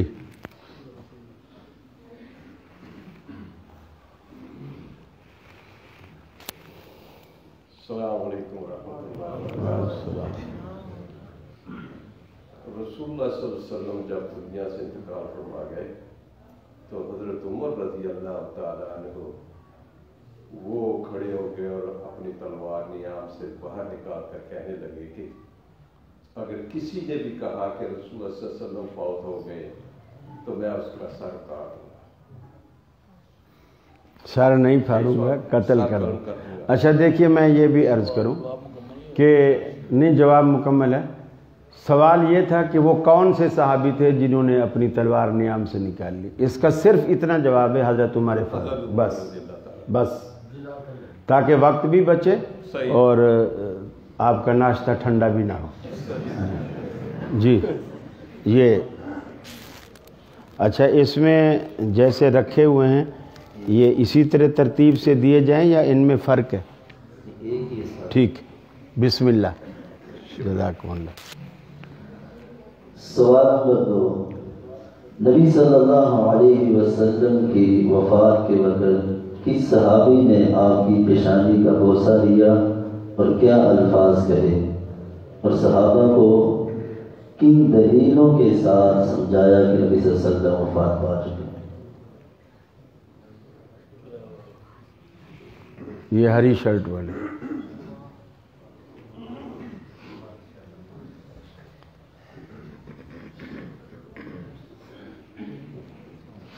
السلام علیکم۔ وعلیکم السلام۔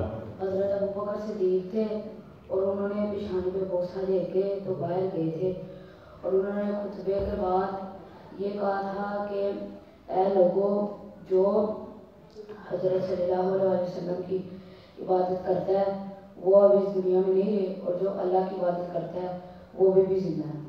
ماشاء اللہ، جزاک اللہ، جزاک اللہ، شاباش، مبارک ہو بیٹا انعام جیتنے کی۔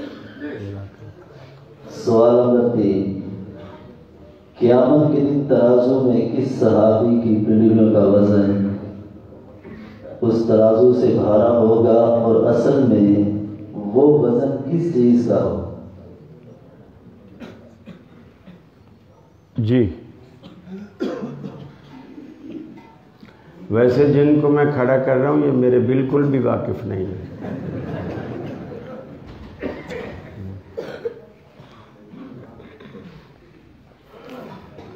السلام علیکم ورحمۃ اللہ۔ وعلیکم السلام۔ یہ صحابی عبداللہ بن مسعود تھے اور علم کی وجہ سے اس کا وزن زیادہ تھا۔ شاباش شاباش، جزاک اللہ، جزاک اللہ، ماشاء اللہ، مبارک ہو۔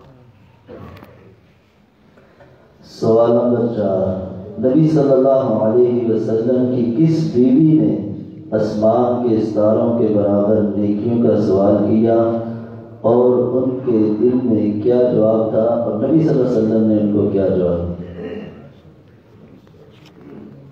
دائیں طرف والے بابا آئے ہیں تو چلو بائیں طرف والے بھی آ جائیں۔ سب دو آ گئے ہیں یا دو جمع ہو گئے؟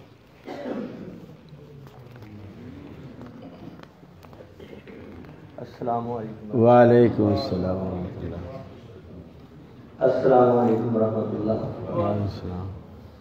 حضرت عائشہ صدیقہ رضی اللہ تعالی عنہا طیبہ طاہرہ نے یہ سوال آپ صلی اللہ علیہ وسلم سے عرض کیا، جزاک اور اللہ۔ ان کے دل میں یہ خیال تھا کہ میرے ابو کے بارے میں حضور صلی اللہ علیہ وسلم ارشاد فرمائیں گے، لیکن آپ صلی اللہ علیہ وسلم نے ارشاد فرمایا کہ آسمان کی ستاروں کی نیکیاں حضرت عمر رضی اللہ تعالیٰ کے بارے میں، لیکن پھر فرمایا بس ٹھیک ہے، جواب مکمل ہے، السلام علیکم۔ لیکن ستاروں کی نیکیاں نہیں ہوتی ہیں، ٹھیک ہے، دیکھیں نا، اگر اپنا جواب لمبا کرو گے تو اس میں غلطیاں بھی آئیں گی، اس لیے مختصر بتا کر جان چھڑاؤ۔ ماشاء اللہ، مبارک۔ السلام علیکم۔ وعلیکم السلام ورحمۃ اللہ۔ سوال نمبر 5، خطبہ جمعہ کے درمیان کون سا صحابی کس صحابی کو گولی مار رہا تھا اور کس وجہ سے مار رہا تھا؟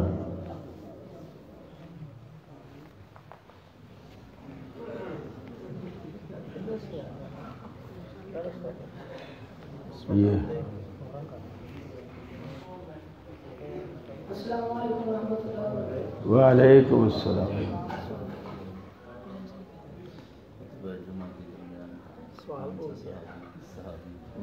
حضرت عبداللہ بن مسعود حضرت ابی بن کعب کو کون مارے تھے اور پوچھے تھے کہ جو نبی کریم صلی اللہ علیہ وسلم نے بھی آیت پڑھی ہے۔ بس ٹھیک ہے، آپ نے صحابی کا نام بتایا، کافی، جزاک اللہ، بہت شکریہ بیٹا، مبارک ہو۔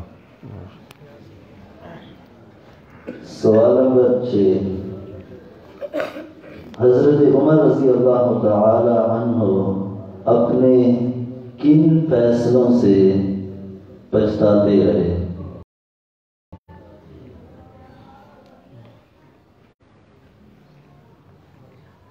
جی،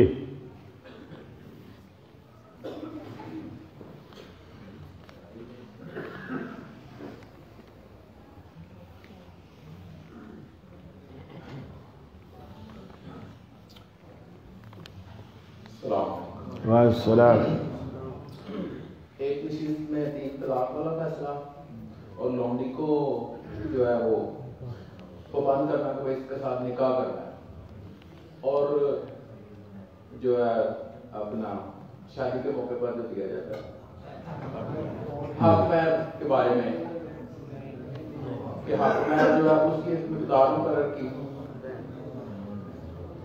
ان کا نام بھی عمر ہے۔ جی جی،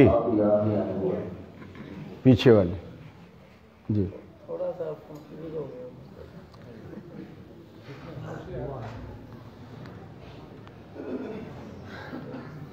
اس میں مجھے لگتا ہے کھلے پیسے نہیں ہیں، ورنہ میں کچھ کاٹ کے 2 سوالوں کے آپ کو دے دیتا۔ السلام علیکم ورحمۃ اللہ۔ حضرت عمر نے 3 فتووں سے رجوع کیا تھا، ایک مجلس کی 3 طلاق کو 3 کہنا، نکاح کرنے والی عورتوں کو قتل کرنا، اور جو لونڈیوں کے ساتھ نکاح کی وہ پابندی۔ جزاک اللہ، مبارک ہو۔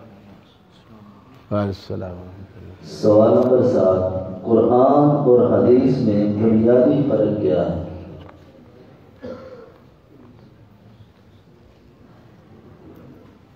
جی،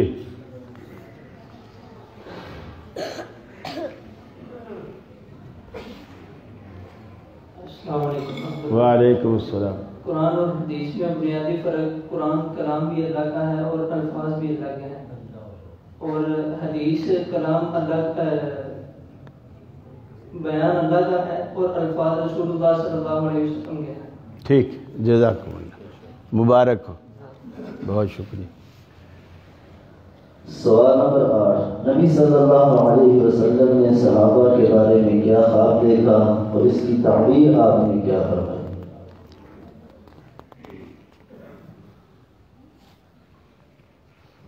آپ تو پہلے ہو چکے ہیں۔ دوبارہ دے دیں موقع، انعام نہیں ملا نا۔ اچھا، انعام نہیں ملا، آ جائیں، آپ آ جائیں۔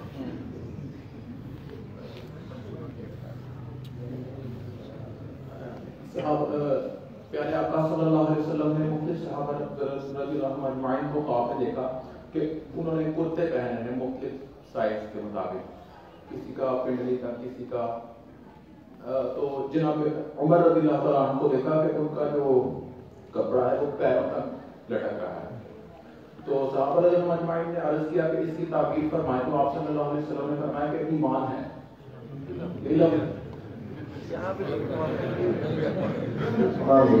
پہلے سوال میں بھی غلطی تھی، اب بھی غلطی ہے، تو کیا خیال ہے؟ اگر انتظامیہ اجازت دے تو ان کی کوشش پر دے دیا جائے؟ ہیں؟ سارے دے رہے ہیں۔ آ جائیں، آ جائیں۔ بسم اللہ، مبارک۔ سوال نمبر ویسے آپ اگر محدثین کے دور میں ہوتے نا تو ضعیف راوی کہلاتے ہیں. جی سوال نمبر 9.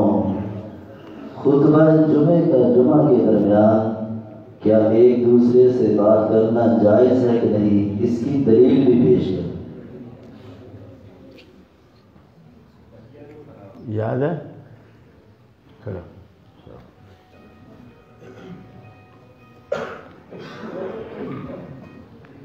السلام علیکم ورحمۃ اللہ وبرکاتہ. خطبہ آتے کسی سے بات کرنا یہ جائز نہیں ہے. دلیل کیا ہے؟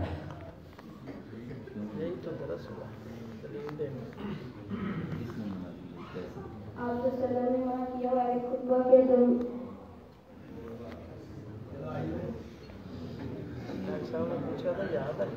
اچھا ایک منٹ آپ بھی کھڑے رہو. آپ بیٹا آپ دونوں کے اگر آدھے آدھے جواب صحیح ہوئے تو یہ اسی طرح لفافہ دونوں کا ہوگا.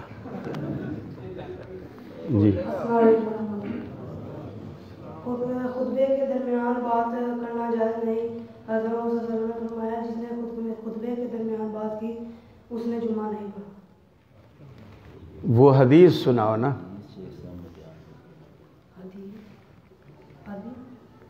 نہیں اردو میں بتاؤ.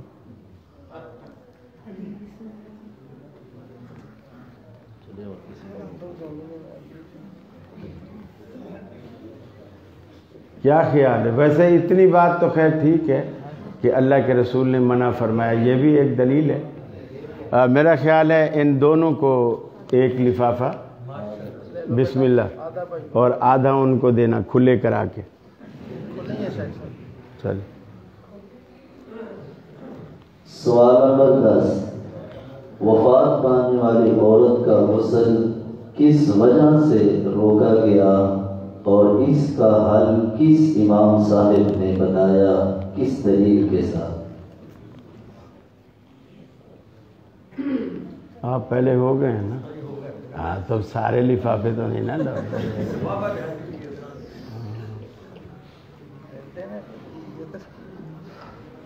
سندھی ٹوپی والے جی.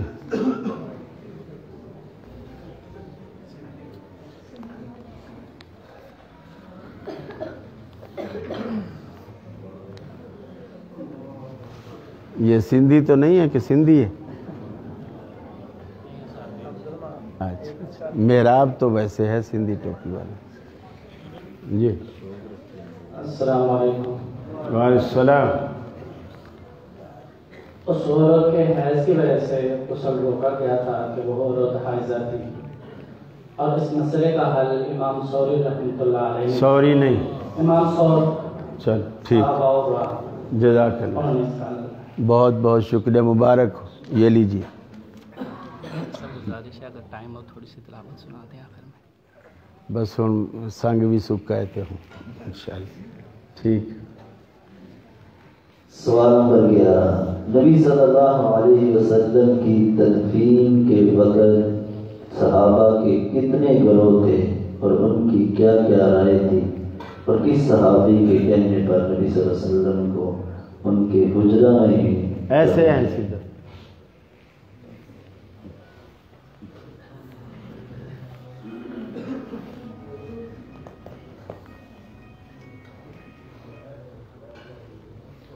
السلام علیکم. نبی صلی اللہ علیہ وسلم کی وفات کے وقت صحابہ کرام کے 3 گروہ ہوئے، اور تینوں گروہوں میں سے ایک گروہ نے انتخاب کیا کہ نبی صلی اللہ علیہ وسلم کو مکہ میں جو ہے وہ دفن کیا جائے، اور دوسرے گروہ نے انتخاب کیا کہ زیادہ جو نبی ہیں انبیاء ہیں وہ یعنی کہ فلسطین وہ مسجد اقصیٰ کے پاس والی جگہ پہ ہیں. تو تیسرا جو گروہ تھا انہوں نے کہا کہ نبی صلی اللہ علیہ وسلم نے ہمارے ساتھ وعدہ کیا مہاجر وہ انصار کے ساتھ کہ آپ کا سینہ کرنا ہمارے ساتھ ہے. تو جو دلیل جو تھی وہ حضرت ابوبکر رضی اللہ تعالیٰ عنہ تھی کہ نبی صلی اللہ علیہ وسلم نے کہا تھا کہ جہاں پہ نبی فوت ہوتے ہیں وہیں پر ان کو مدفون کیا جائے. ماشاءاللہ. جزاک اللہ. مبارک ہو. سوال نمبر 12، عورتوں کے حق مہر کے بارے میں کس صحابی کے فتوے کی تصحیح کی گئی اور اس کی تصحیح کرنے والی عورت کا کیا نام؟ سوال کیا تھا؟ میں نے سوال نہیں سنا۔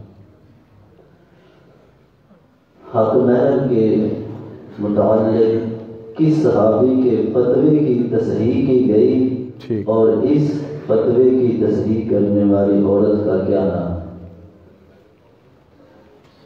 بزرگ جی۔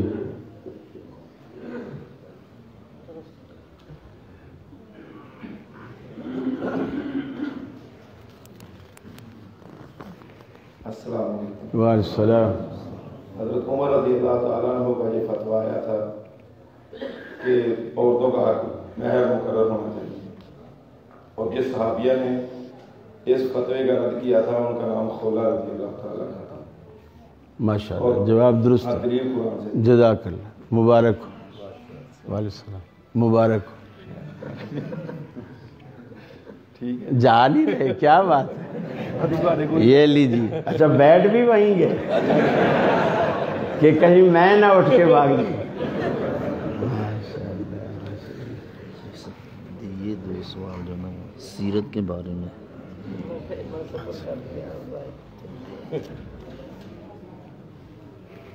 بولے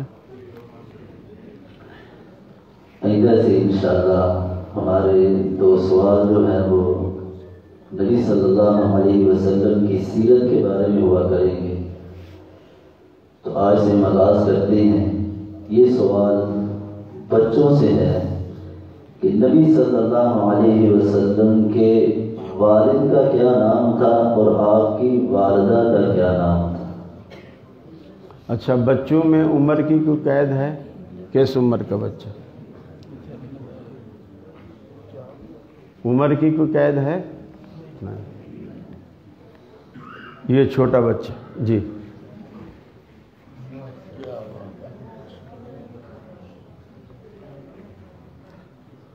محمد صلی اللہ علیہ وسلم کے والدہ کا نام بی بی آمنہ تھا اور والد کے نام عبداللہ تھا۔ شاباش شاباش، ماشاءاللہ، مبارک ہو۔ دوسرا سوال بھی یہ چھوٹے بچوں سے ہے کہ نبی صلی اللہ علیہ وسلم کس دن پیدا ہوئے اور آپ صلی اللہ علیہ وسلم کی دائی کا نام کیا تھا؟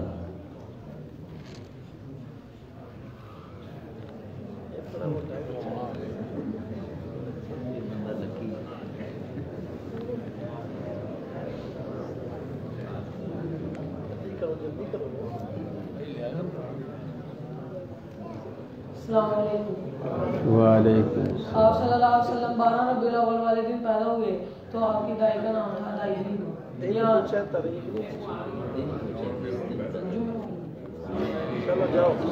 سوموار والے دن؟ چلو جواب درست، جزاک اللہ۔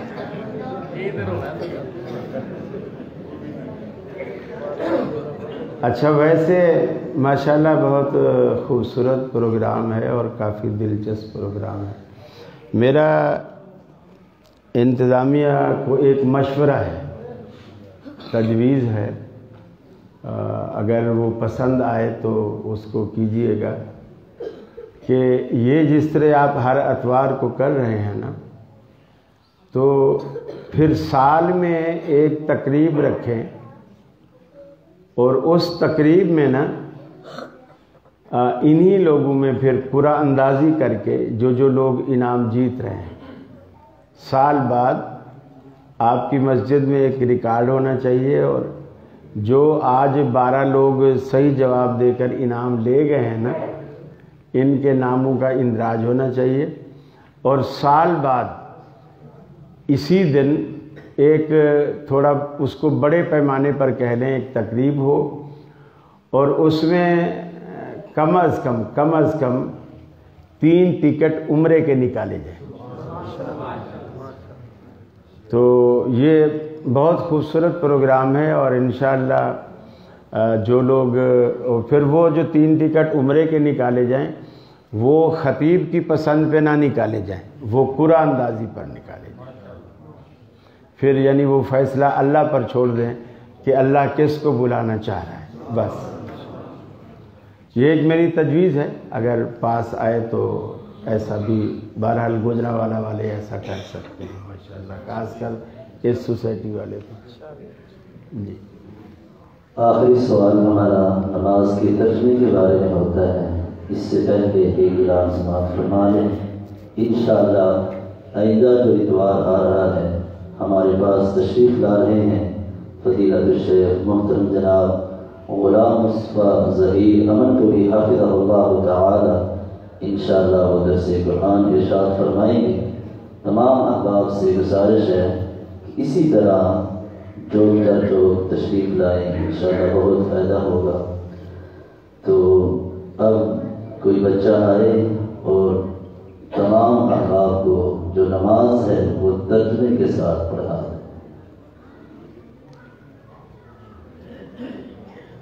یعنی کسی کو بلانا ہے، میں نے بلانا ہے یا بچے خود کوئی آئے گا؟ تو کوئی ہاتھ کھڑا کر ہی نہیں رہا. بنیادی نماز وہ پڑھائے گا، کیا کرے گا؟ آپ اللہم باعث بینی اور سورۃ الفاتحہ. چلو آ جاؤ.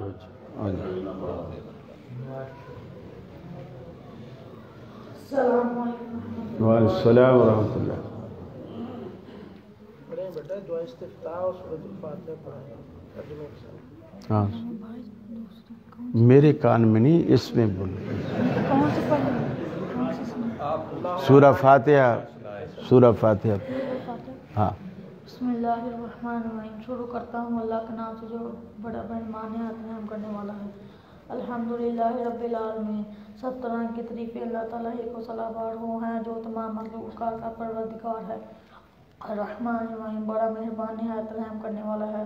مالک یوم الدین، انصاف کے دن کا حاکم. ایاک نعبد و ایاک نستعین. اے پروردگار ہم تیری عبادت کرتے ہیں اور تجھ ہی سے مدد مانگتے ہیں. اہدنا الصراط المستقیم، ہم کو سیدھے راستے پر چلا. صراط الذین انعمت علیہم، ان لوگوں کا رستہ جن پر تو اپنا فضل کرم کرتا رہا. غیر المغضوب علیہم ولا الضالین، اور نہ ان لوگوں کے جن پر تو غصہ آتا، نہ ہی گمراہ ہو کے. آمین. اے اللہ قبول فرما. اچھا، آپ نے پہلی آیت کے جواب میں کہا، ترجمہ پڑھا کہ تمام تعریفیں اس اللہ کو سزاوار ہیں جو تمام جہانوں کا رب. اس سزاوار کا کیا مطلب ہے؟ ترجمے والے قرآن پہ لکھا وہاں سے پڑھا. اچھا، ویسے میری گزارش ہے جو استاد صاحب بچوں کو پڑھاتے ہیں نا، ترجمے میں جو لفظ لکھے ہوئے ہوتے ہیں ضروری نہیں کہ آپ وہی لفظ ہی یاد کروائیں. اس سے آسان کوئی لفظ ہو، یعنی سزاوار کا مطلب اس کو لائق ہے، اس کو زیبا ہے. اب بچے کو پتہ ہی نہیں سزاوار کا مطلب کیا ہے، طوطے کی طرح رٹا ہوا ہے. تو آپ وہاں بتائیں الحمدللہ رب العالمین، تمام تعریفیں اللہ کے لیے ہیں جو تمام جہانوں کا رب ہے. اسے آپ آسان کر کے تاکہ بچے کے دماغ میں بھی بیٹھے. آپ اس کے مکلف نہیں کہ جو لفظ ترجمے والے نے لکھے. اب ترجمہ انڈیا میں مطلب آج سے 100 سال پہلے کسی نے کیا. اب اس وقت اردو بھی بڑی عجیب قسم کی ہوتی تھی، لکھنؤ کی اردو، دہلی کی اردو اور پرانی اردو آپ دیکھو تو آج کل ہمیں بھی سمجھ میں نہیں آتی. تو اس ٹرینڈ کو چینج کریں اور استاد جو ہے وہ اپنے الفاظ میں اس کو سلیس کر کے بچوں کو یاد کریں. جزاک اللہ. ٹھیک ہے بیٹا، یہ انعام دینا ہے ان کو. یہ تو ہے ہی ایک بچہ بس. ٹھیک ہے، جزاک اللہ مبارک.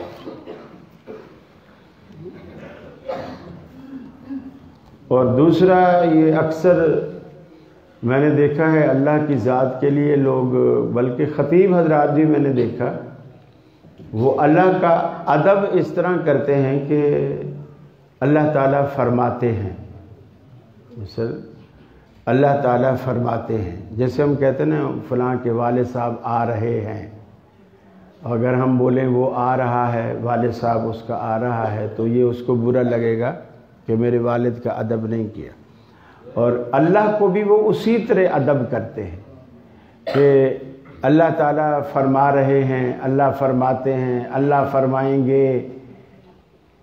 اللہ کا ادب وحدت میں ہے، جمع میں اللہ کا ادب ہی نہیں۔ اللہ آپ ہمیں بخش دیجئے گا، یہ اللہ تو ہمارا رب ہے، تو ہی ہمیں بخش۔ اس تو میں جو مزہ ہے نا، رسول اللہ صلی اللہ علیہ وسلم کی جتنی دعائیں آپ دیکھو، اللہم انت ربی، اللہ تو ہی تو میرا رب ہے، اللہم انت ربی وانا عبد، اور میں ہی تیرا بندہ ہوں۔ تو اللہ کے لیے تو سب سے بڑا ادب ہے۔ اور اس میں یہ جو فرماتے ہیں نا، اس میں وہ تثلیث کی بو آتی ہے۔ جیسے عیسائی 3 خدا مانتے ہیں، گویا ہمارے بھی کوئی 2-3 ہیں، ایسا نہیں۔ اللہ تعالیٰ کے لیے ادب یہ ہے کہ اس کو بالکل وحدت کے ساتھ اکیلا کر کے پکارو۔ جی جی تو شیخ صاحب دلیل جو ہے وہ تو سبھی کے پاس ہے، تمام مسالک کے لوگ ہیں، ان کے پاس دلیل تو ہے۔ بعض لوگوں نے قرآن پاک کی آیات سے غلط تعبیرات کر کے تو دلیل بنائی ہوئی ہے، بعض لوگوں نے من گھڑت حدیث، ضعیف حدیث، موضوع حدیث کو اپنی مسلک کی تائید کے اندر دلائل بنائے۔ شیخ صاحب اس کا کیا حال ہے کہ لوگوں تک اصل دین پہنچ جائے کہ قرآن پاک کی آیت ہے، اس کا یہ معنی بنتا نہیں؟ دیکھیں نا، وہ دلیل تو پھر نہ ہوئی نا جب آپ نے خود ہی اس کا جواب دے دیا کہ وہ بندہ قرآن تو پڑھ رہا ہے لیکن مطلب غلط کر رہا ہے، تو گویا آپ کو پتہ چل گیا نا کہ یہ دلیل نہیں ہے۔ قرآن کا غلط مطلب تو دلیل نہیں ہے، قرآن کا وہی مطلب دلیل ہے جو قرآن کا بنتا ہے۔ دلیل سبوں کے پاس ہے یہ نہیں ہے، دعویٰ سب کرتے ہیں۔ دلیل سچی ہونا تب دلیل کہلائے گا۔ جیسے میں مثال دوں آپ کو چھوٹی سی، یوسف علیہ السلام کے بھائیوں نے یوسف علیہ السلام کو کنویں میں دھکا دیا۔ کنویں میں دھکا دینے کے بعد وہ باپ کے پاس آئے اور باپ کے سامنے انہوں نے ایک دعویٰ کیا۔ دعویٰ کیا کیا کہ یوسف کو بھیڑیا کھا گیا، یوسف کو بھیڑیا کھا گیا۔ اب یہ دعویٰ ان کا سچا تھا یا جھوٹا تھا؟ جھوٹا تھا۔ اب وہ سارے 11 بھائی جو ہیں وہ سارے ابا کو دلیل دی۔ پہلی دلیل یہ دی کہ وہ سارے روتے ہوئے ہیں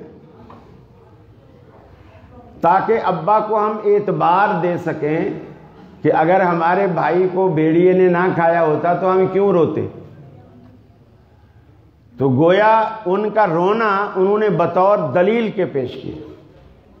دوسری دلیل یہ دی کہ یوسف علیہ السلام کا کرتا لائے، اس کرتے پہ خون کے چھینٹے ڈالے اور وہ آ کر کے ابا کے سامنے پیش کیے کہ دیکھو یوسف کو بھیڑیا کھا گیا، یہ اس کا کرتا ہے، اس کو خون بھی لگا ہوا ہے اور یہ یوسف کا خون ہے۔ اب مجھے بتائیے ان کا رونا اور ان کا خون آلود کرتا پیش کرنا یہ سچا تھا یا جھوٹا تھا؟ اب انہوں نے بطور دلیل کے پیش کیا، تو اس سے یہ پتہ چلا کہ ہر پیش کی جانے والی دلیل دلیل نہیں ہوتی، دلیل وہی ہوتی ہے جو سچی ہو، جھوٹی بات دلیل نہیں ہوتی۔ تو لہٰذا یعقوب علیہ السلام نے بھی یقین نہیں کیا اور ساری عمر روتے رہے، ساری عمر روتے رہے، اور انہوں نے کہا کہ میں اس انما اشکو بثی و حزنی اللہ، میں اپنا سارا درد دل علیم بذات الصدور کے حوالے کرتا ہوں، اور گویا تمہاری باتوں پہ تو مجھے یقین نہیں ہے، اب وہی سارا معاملہ کرے گا۔ پھر حضرت یوسف بڑا ہو گیا، جوان ہو گیا، مصر کا بادشاہ بن گیا، یوسف کے بھائی وہاں سے غلہ لے کر آ رہے ہیں، یوسف علیہ السلام نے انہیں پہچان بھی لیا، ان کو اپنا کرتا بھی دیا۔ اب ہزاروں میلوں کے فاصلے پر یعقوب علیہ السلام نابینا ہیں اور گھر والوں کو کہہ رہے ہیں یار اگر تم مجھے پاگل یا یوسف کی محبت میں دیوانہ نہ سمجھو تو میں آج تمہیں بڑی سچی بات بتاتا ہوں،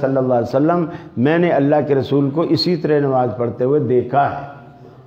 اچھا، اور سب سے بڑی بات یہ ہے کہ لوگ کہتے ہیں کہ جی یہ ادب ہے، احترام ہے، اللہ کے دربار میں بندہ کھڑے ہو، اور ان کا ادب دیکھو، وہ چٹائی کی پرانے زمانے میں ٹوپیاں ہوتی تھی، آج کل ان کی جگہ پلاسٹک کی ٹوپیاں آ گئی ہیں۔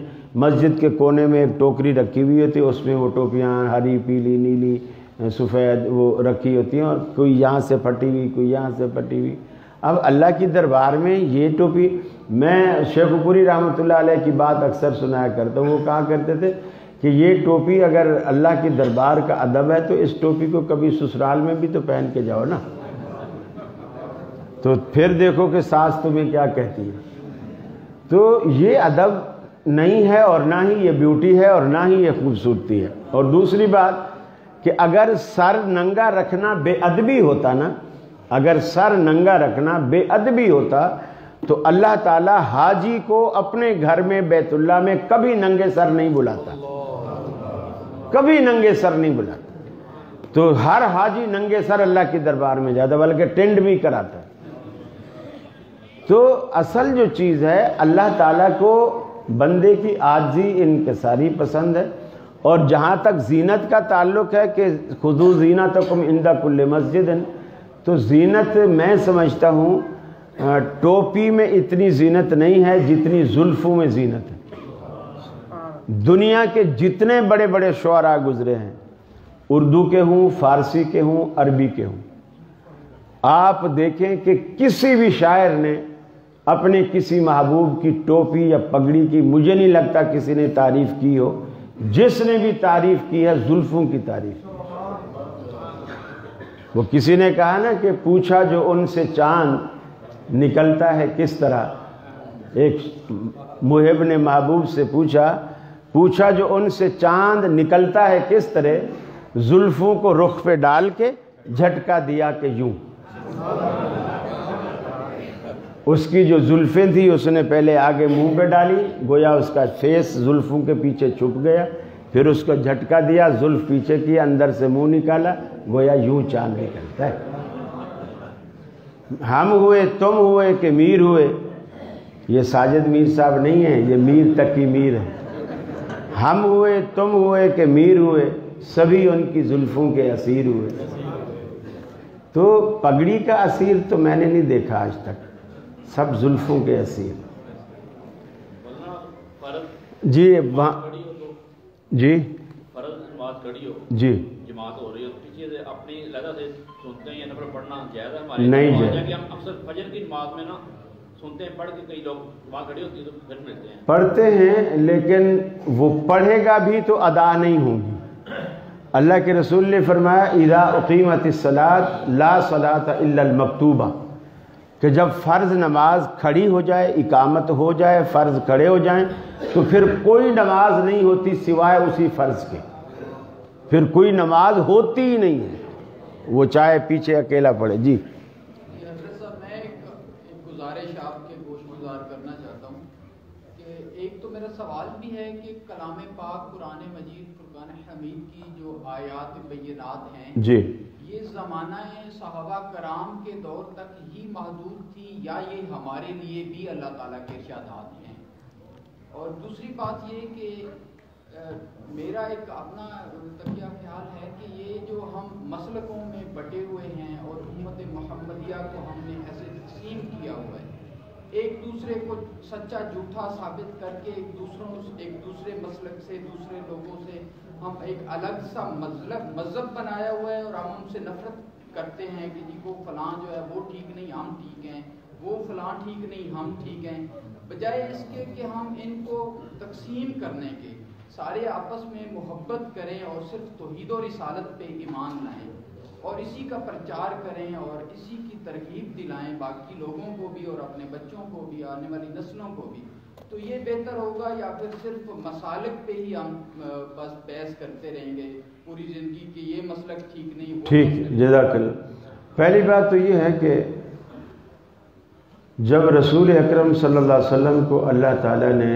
قیامت تک کے لیے مبعوث فرمایا تو آپ پر نازل ہونے والا دین بھی قیامت تک کے لیے، یہ نہیں ہے کہ وہ صحابہ کرام کے دور تک تھا. اگر ایسا ہوتا تو پھر تو اللہ تعالیٰ دوسرا رسول بھیجتا، کیونکہ جب بھی کسی پیغمبر کا دور ختم ہوتا ہے پھر اللہ تعالیٰ اس کے بعد نیا پیغمبر بھیجتا ہے. تو اللہ کے رسول صلی اللہ علیہ وسلم کی نبوت قیامت تک کے لیے ہے، لہٰذا آپ پر نازل ہونے والا قرآن، آپ پر نازل ہونے والی دیگر شریعت، جو احکامات اللہ نے القاء کیے، وہ سب قیامت تک کے لیے ہے، صحابہ تک محدود نہیں ہے. اور یہی وجہ ہے کہ آج ہم بھی اسی قرآن کو پڑھ کر اسی سے دلیل لے رہے ہیں. دوسری بات آپ نے کہا کہ ہمیں مسلکوں کی دعوت نہیں دینی چاہیے. میں نے مسلک کی دعوت، آپ نے اگر پوری گفتگو میری سنی ہے، میں نے مسلک کی دعوت نہیں دی. میں نے کہا قرآن اور حدیث کو دلیل بنائیں. اب رہی یہ بات کہ دوسرے مسلک والے بھی اگر قرآن و حدیث کو دلیل مانیں تو پھر میرا خیال ہے ہم سارے ان کو سینے سے لگانے کو تیار ہیں. آپ کوکب اکاڑوی کو بھی لے آئیں اور وہ کہے آج سے میرا دین قرآن اور حدیث ہے، سب سے پہلے قاری خلیل اپنا سینہ کھول کر اس سے گلے ملے گا. تو الحمدللہ ایسی تو ہمارے اندر تو بیعت کا سلسلہ بھی نہیں ہے. وہ جو آپ نے کہا لوگ الگ الگ مسلکوں کی بیعت کرتے ہیں، ہمارے اندر یہ پیری مریدی اور یہ بیعت کا سلسلہ نہیں ہے. بیعت اسلام میں صرف اور صرف دو ہستیوں کی ہے، ایک پیغمبر کی اور ایک خلیفے کی. اور اصل بیعت بھی خلیفے کی ہے.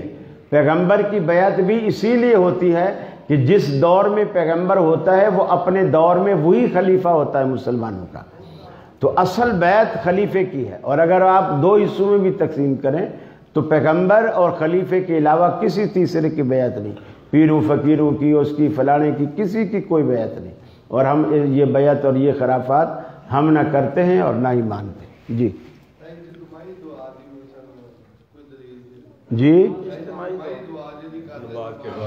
اجتماعی دعا، اجتماعی دعا کی تو دلیل ہے، بڑی آسان ہے. رسول اکرم صلی اللہ علیہ وسلم نے فرمایا جو عورتیں عید کی نماز نہیں پڑھتی انہیں بھی عید کی نماز میں جانا چاہیے. یعنی نہیں پڑھتی نماز کا مطلب وہ حالت حیض میں ہیں اور انہوں نے نماز نہیں پڑھنی اور عید کا دن آ گیا اور ان کے دن یہ ایام اسی طرح گزر رہے ہیں، تو آپ نے فرمایا وہ بھی عیدگاہ میں جائیں، مصلی سے یعنی نماز سے الگ رہیں، مسلمانوں کی دعا میں شریک ہوں. اگر مسلمان وہاں اجتماعی دعا کرتے ہی نہیں تھے، اللہ کے رسول کرتے ہی نہیں تھے، تو عورتوں کو کس چیز میں شریک ہونے سے کہا گیا کہ نماز تو انہوں نے ویسے نہیں پڑھنی؟ فرمایا نماز سے الگ رہیں اور مسلمانوں کی دعا میں شریک ہوں. اور دوسری بات، رسول اللہ صلی اللہ علیہ وسلم خطبہ دے رہے تھے، بخاری کی روایت ہے، ایک بندے نے بارش کی شکایت کی کہ یا رسول اللہ بارش نہیں ہو رہی، ہمارے حوض خشک ہو گئے، چراگاہیں خشک ہو گئیں، جانور بھوک سے مر رہے ہیں، تو آپ دعا کیجئے. اللہ رب العالمین نے بارش کی دعا کی، اللہ کے رسول نے، اور نبی مکرم صلی اللہ علیہ وسلم کی دعا پر اللہ نے اسی وقت بارش برسانی شروع کر دی.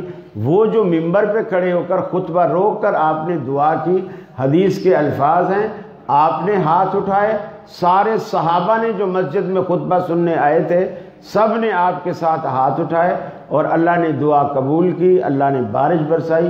پھر اگلے جمعہ وہی بندہ یا کوئی اور بندہ شکایت کرنے لگا، یا رسول اللہ ہمارے تو گھر بھی گرنے لگے، سب کوئی تباہ ہو گیا، راستے بھی بند ہو گئے، اللہ سے کہو کہ اس بارش کو روک دے. نبی کریم صلی اللہ علیہ وسلم نے پھر دعا کے لیے ہاتھ اٹھائے، سارے صحابہ نے، یہ بخاری میں صراحت ہے، سارے صحابہ نے آپ کے ساتھ ہاتھ اٹھائے. تو اسی کا نام اجتماع ہے. ہاتھ اٹھائے اور آپ نے دعا کی کہ یا اللہ مدینے کی ضرورت اب پوری ہو گئی ہے، ان بادلوں کو وہاں لے جا جہاں ان کی ضرورت ہے، ہماری ضرورت تو پوری ہو گئی. تو اجتماع تو حدیث سے ثابت ہے. جی فجر اور عصر کی نماز اذان کے بعد اس میں نوافل پڑھنا، اس کی کوئی فجر کے بعد نفل ویسے شریعت نے رکھے ہیں جنہیں آپ فجر کی 2 سنتیں کہتے ہیں. اذان کے بعد جی وہ اذان کے بعد ہی پڑھنی ہے نا، سنت. یعنی تہجد اذان سے پہلے ہے، فجر کی اذان کے بعد صرف فجر کی 2 رکعتیں ہیں. اور یہ 2 رکعتیں ایسی ہیں کہ آپ نے فرمایا خیر من الدنیا وما فیہا، جو کچھ دنیا میں ہے اور پوری دنیا اور دنیا کے اندر جو کچھ ہے اس سے یہ فجر کی 2 رکعتیں بہتر ہیں. فجر کی 2 رکعتیں بہتر. اور یہ 2 رکعتیں اس سے جو ہے اذان کے بعد فرضوں سے پہلے ان 2 رکعتوں کے علاوہ نبی کریم سے کچھ بھی ثابت نہیں، نہ تحیۃ الوضو نہ تحیۃ المسجد، صرف فجر کی یہ 2 رکعتیں پڑھ لی۔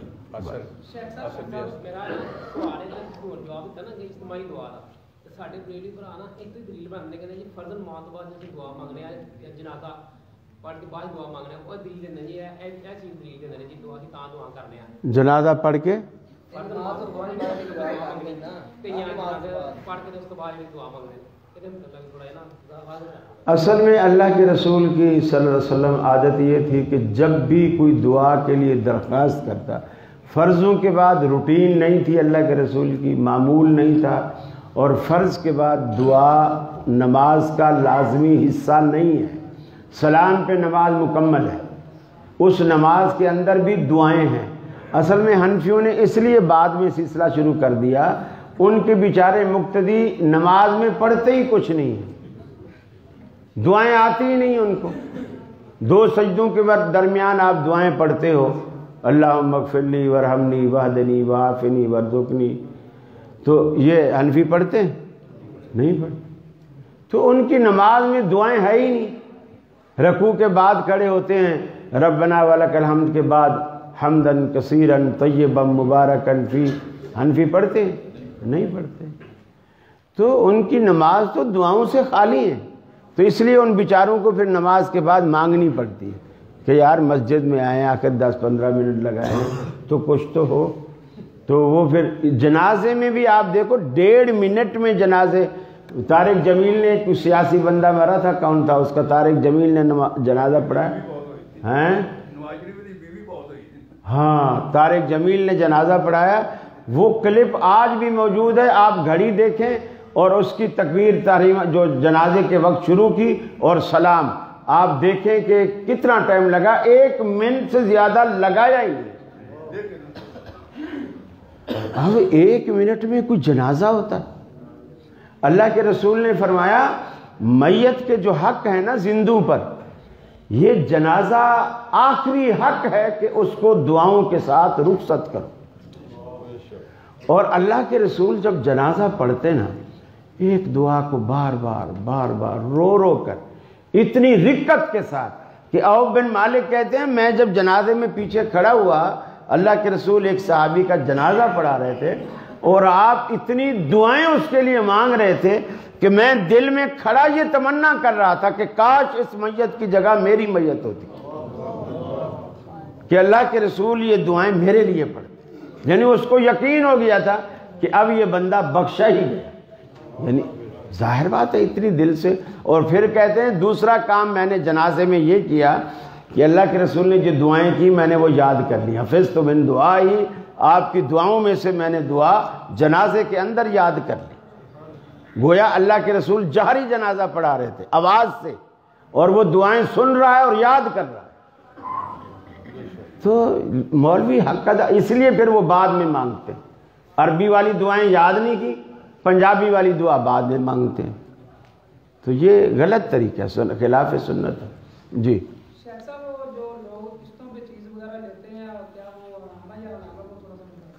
یہ تو پورا ٹاپک ہے،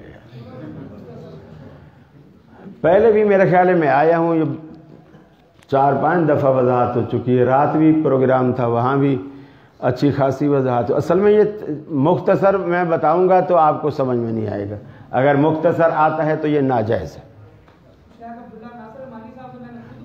میں بھی جانتا ہوں شیخ صاحب کو، وہ ہمارے بڑے ہیں، بزرگ ہیں، بہرحال وہ کہتے ہیں، اب بھی کہتے ہیں، اور ہمارے شیخ ابراہیم بھٹی صاحب ہیں، وہ بھی شیخ ناصر صاحب کی جماعت کے ہیں، وہ کہتے ہیں حرام ہے۔ مولانا ابراہیم بھٹی صاحب کا نام سنا ہے آپ نے؟ ہاں، وہ انہی جماعت کے ہیں، جمعیت اہل حدیث سندھ کے۔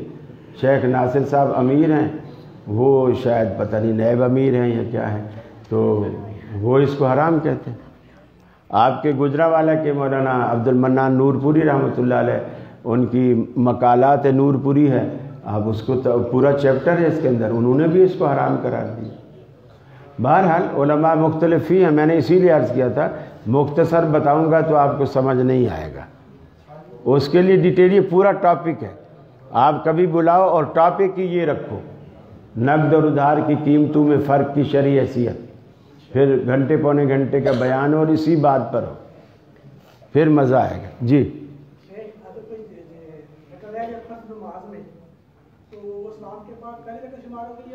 کیا رہ گیا؟ جب بھی آپ نماز شروع کریں گے پہلی رکعت سے کریں گے، جب بھی آپ نماز شروع کریں گے پہلی رکعت سے کریں گے۔ یہ نہیں ہے کہ آخری رکعت پہلے پڑھیں گے پھر پہلے والی بعد میں پڑھیں گے، ایسا نہیں ہوگا۔ جب آپ امام کے ساتھ ملے، اب آپ نے نماز شروع کی ہے تو آپ پہلی رکعت سے شروع کر رہے ہیں، بس ختم، اور اسی ترتیب سے پڑھتے جائیں۔ جی بھوک لگی، جی جزاک اللہ خیر۔ یہ ایک پرچی والا شیخ صاحب انشاءاللہ جواب دے دیں گے، اس کے بعد احباب کے لیے ناشتے کا۔ نماز کے لیے صرف نیت کے الفاظ کے بارے میں کچھ ارشاد فرمائیں۔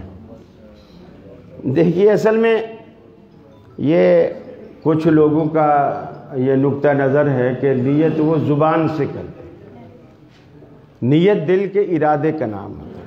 اب حدیث میں آتا ہے انما الاعمال بالنیات، کہ نیت جو ہے وہ تمام اعمال کا دار و مدار نیت پر ہے، لیکن لوگوں نے صرف نماز کا دار و مدار نیت پر رکھا ہوا۔ حدیث میں ہے تمام اعمال کا۔ اب مثلاً اب آپ ناشتہ کریں گے، یہ بھی ایک عمل ہے۔ آپ نماز سے پہلے وضو کرتے ہیں، یہ بھی ایک عمل ہے۔ اب وضو سے پہلے بھی پھر آپ نیت کریں، نیت کرتا ہوں میں وضو کی، ٹوٹی ہے پیتل کی، پانی ہے کھارا، منہ میرا مشرق کو، پھر بسم، کراچی میں تو پانی کھارا ہی ہوتا ہے نا بھائی، تو میں اسی حساب سے نیت بتا رہا ہوں آپ کو۔ اگر آپ کے گوجرانوالا کا میٹھا پانی ہے تو آپ اس کو بدل سکتے ہیں کہ یہ اصل میں اب آپ ناشتہ کریں گے، مجھے نہیں معلوم کہ چونکہ میں یہاں آپ کے یہاں اس پروگرام میں پہلی دفعہ ناشتہ کروں گا اور مجھے یہ راز ابھی تک فاش نہیں کیا گیا کہ اس ناشتے میں ہوتا کیا ہے، اور یہ مجھے آج پتہ چلے گا کہ کیا ہوتا ہے، ورنہ اس کے لیے بھی آپ نیت کریں گے۔ نیت کرتا ہوں میں ناشتے کی، ساتھ میں پراٹھا تلا ہوا ہے دیسی گھی میں، اوپر ہے مکھن، پھر ساتھ میں ساگ بھی ہے، اوپر شوگر کا مریض ہوں، چائے پیوں گا پھیکی، پھر یہ ساری چیزیں آپ نیت کر کے پھر آپ ناشتہ شروع کریں۔ تو صرف نماز کا دار و مدار نہیں ہے۔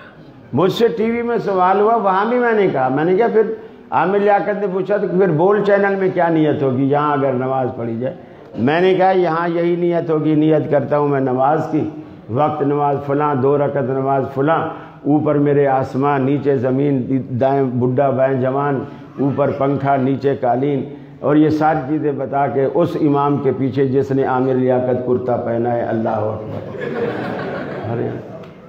تو اللہ کے بندے، نیت دل کے ارادے کا نام ہے۔ جب آپ گھر سے نکلے تو آپ نے یہ ارادہ کر لیا کہ میں نماز پڑھنے جا رہا ہوں، آپ کو یہ بھی پتہ ظہر پڑھنے جا رہے ہیں، عصر پڑھنے جا رہے ہیں، مغرب پڑھنے جا رہے ہیں، بس وہی نیت۔ سبحان اللہ،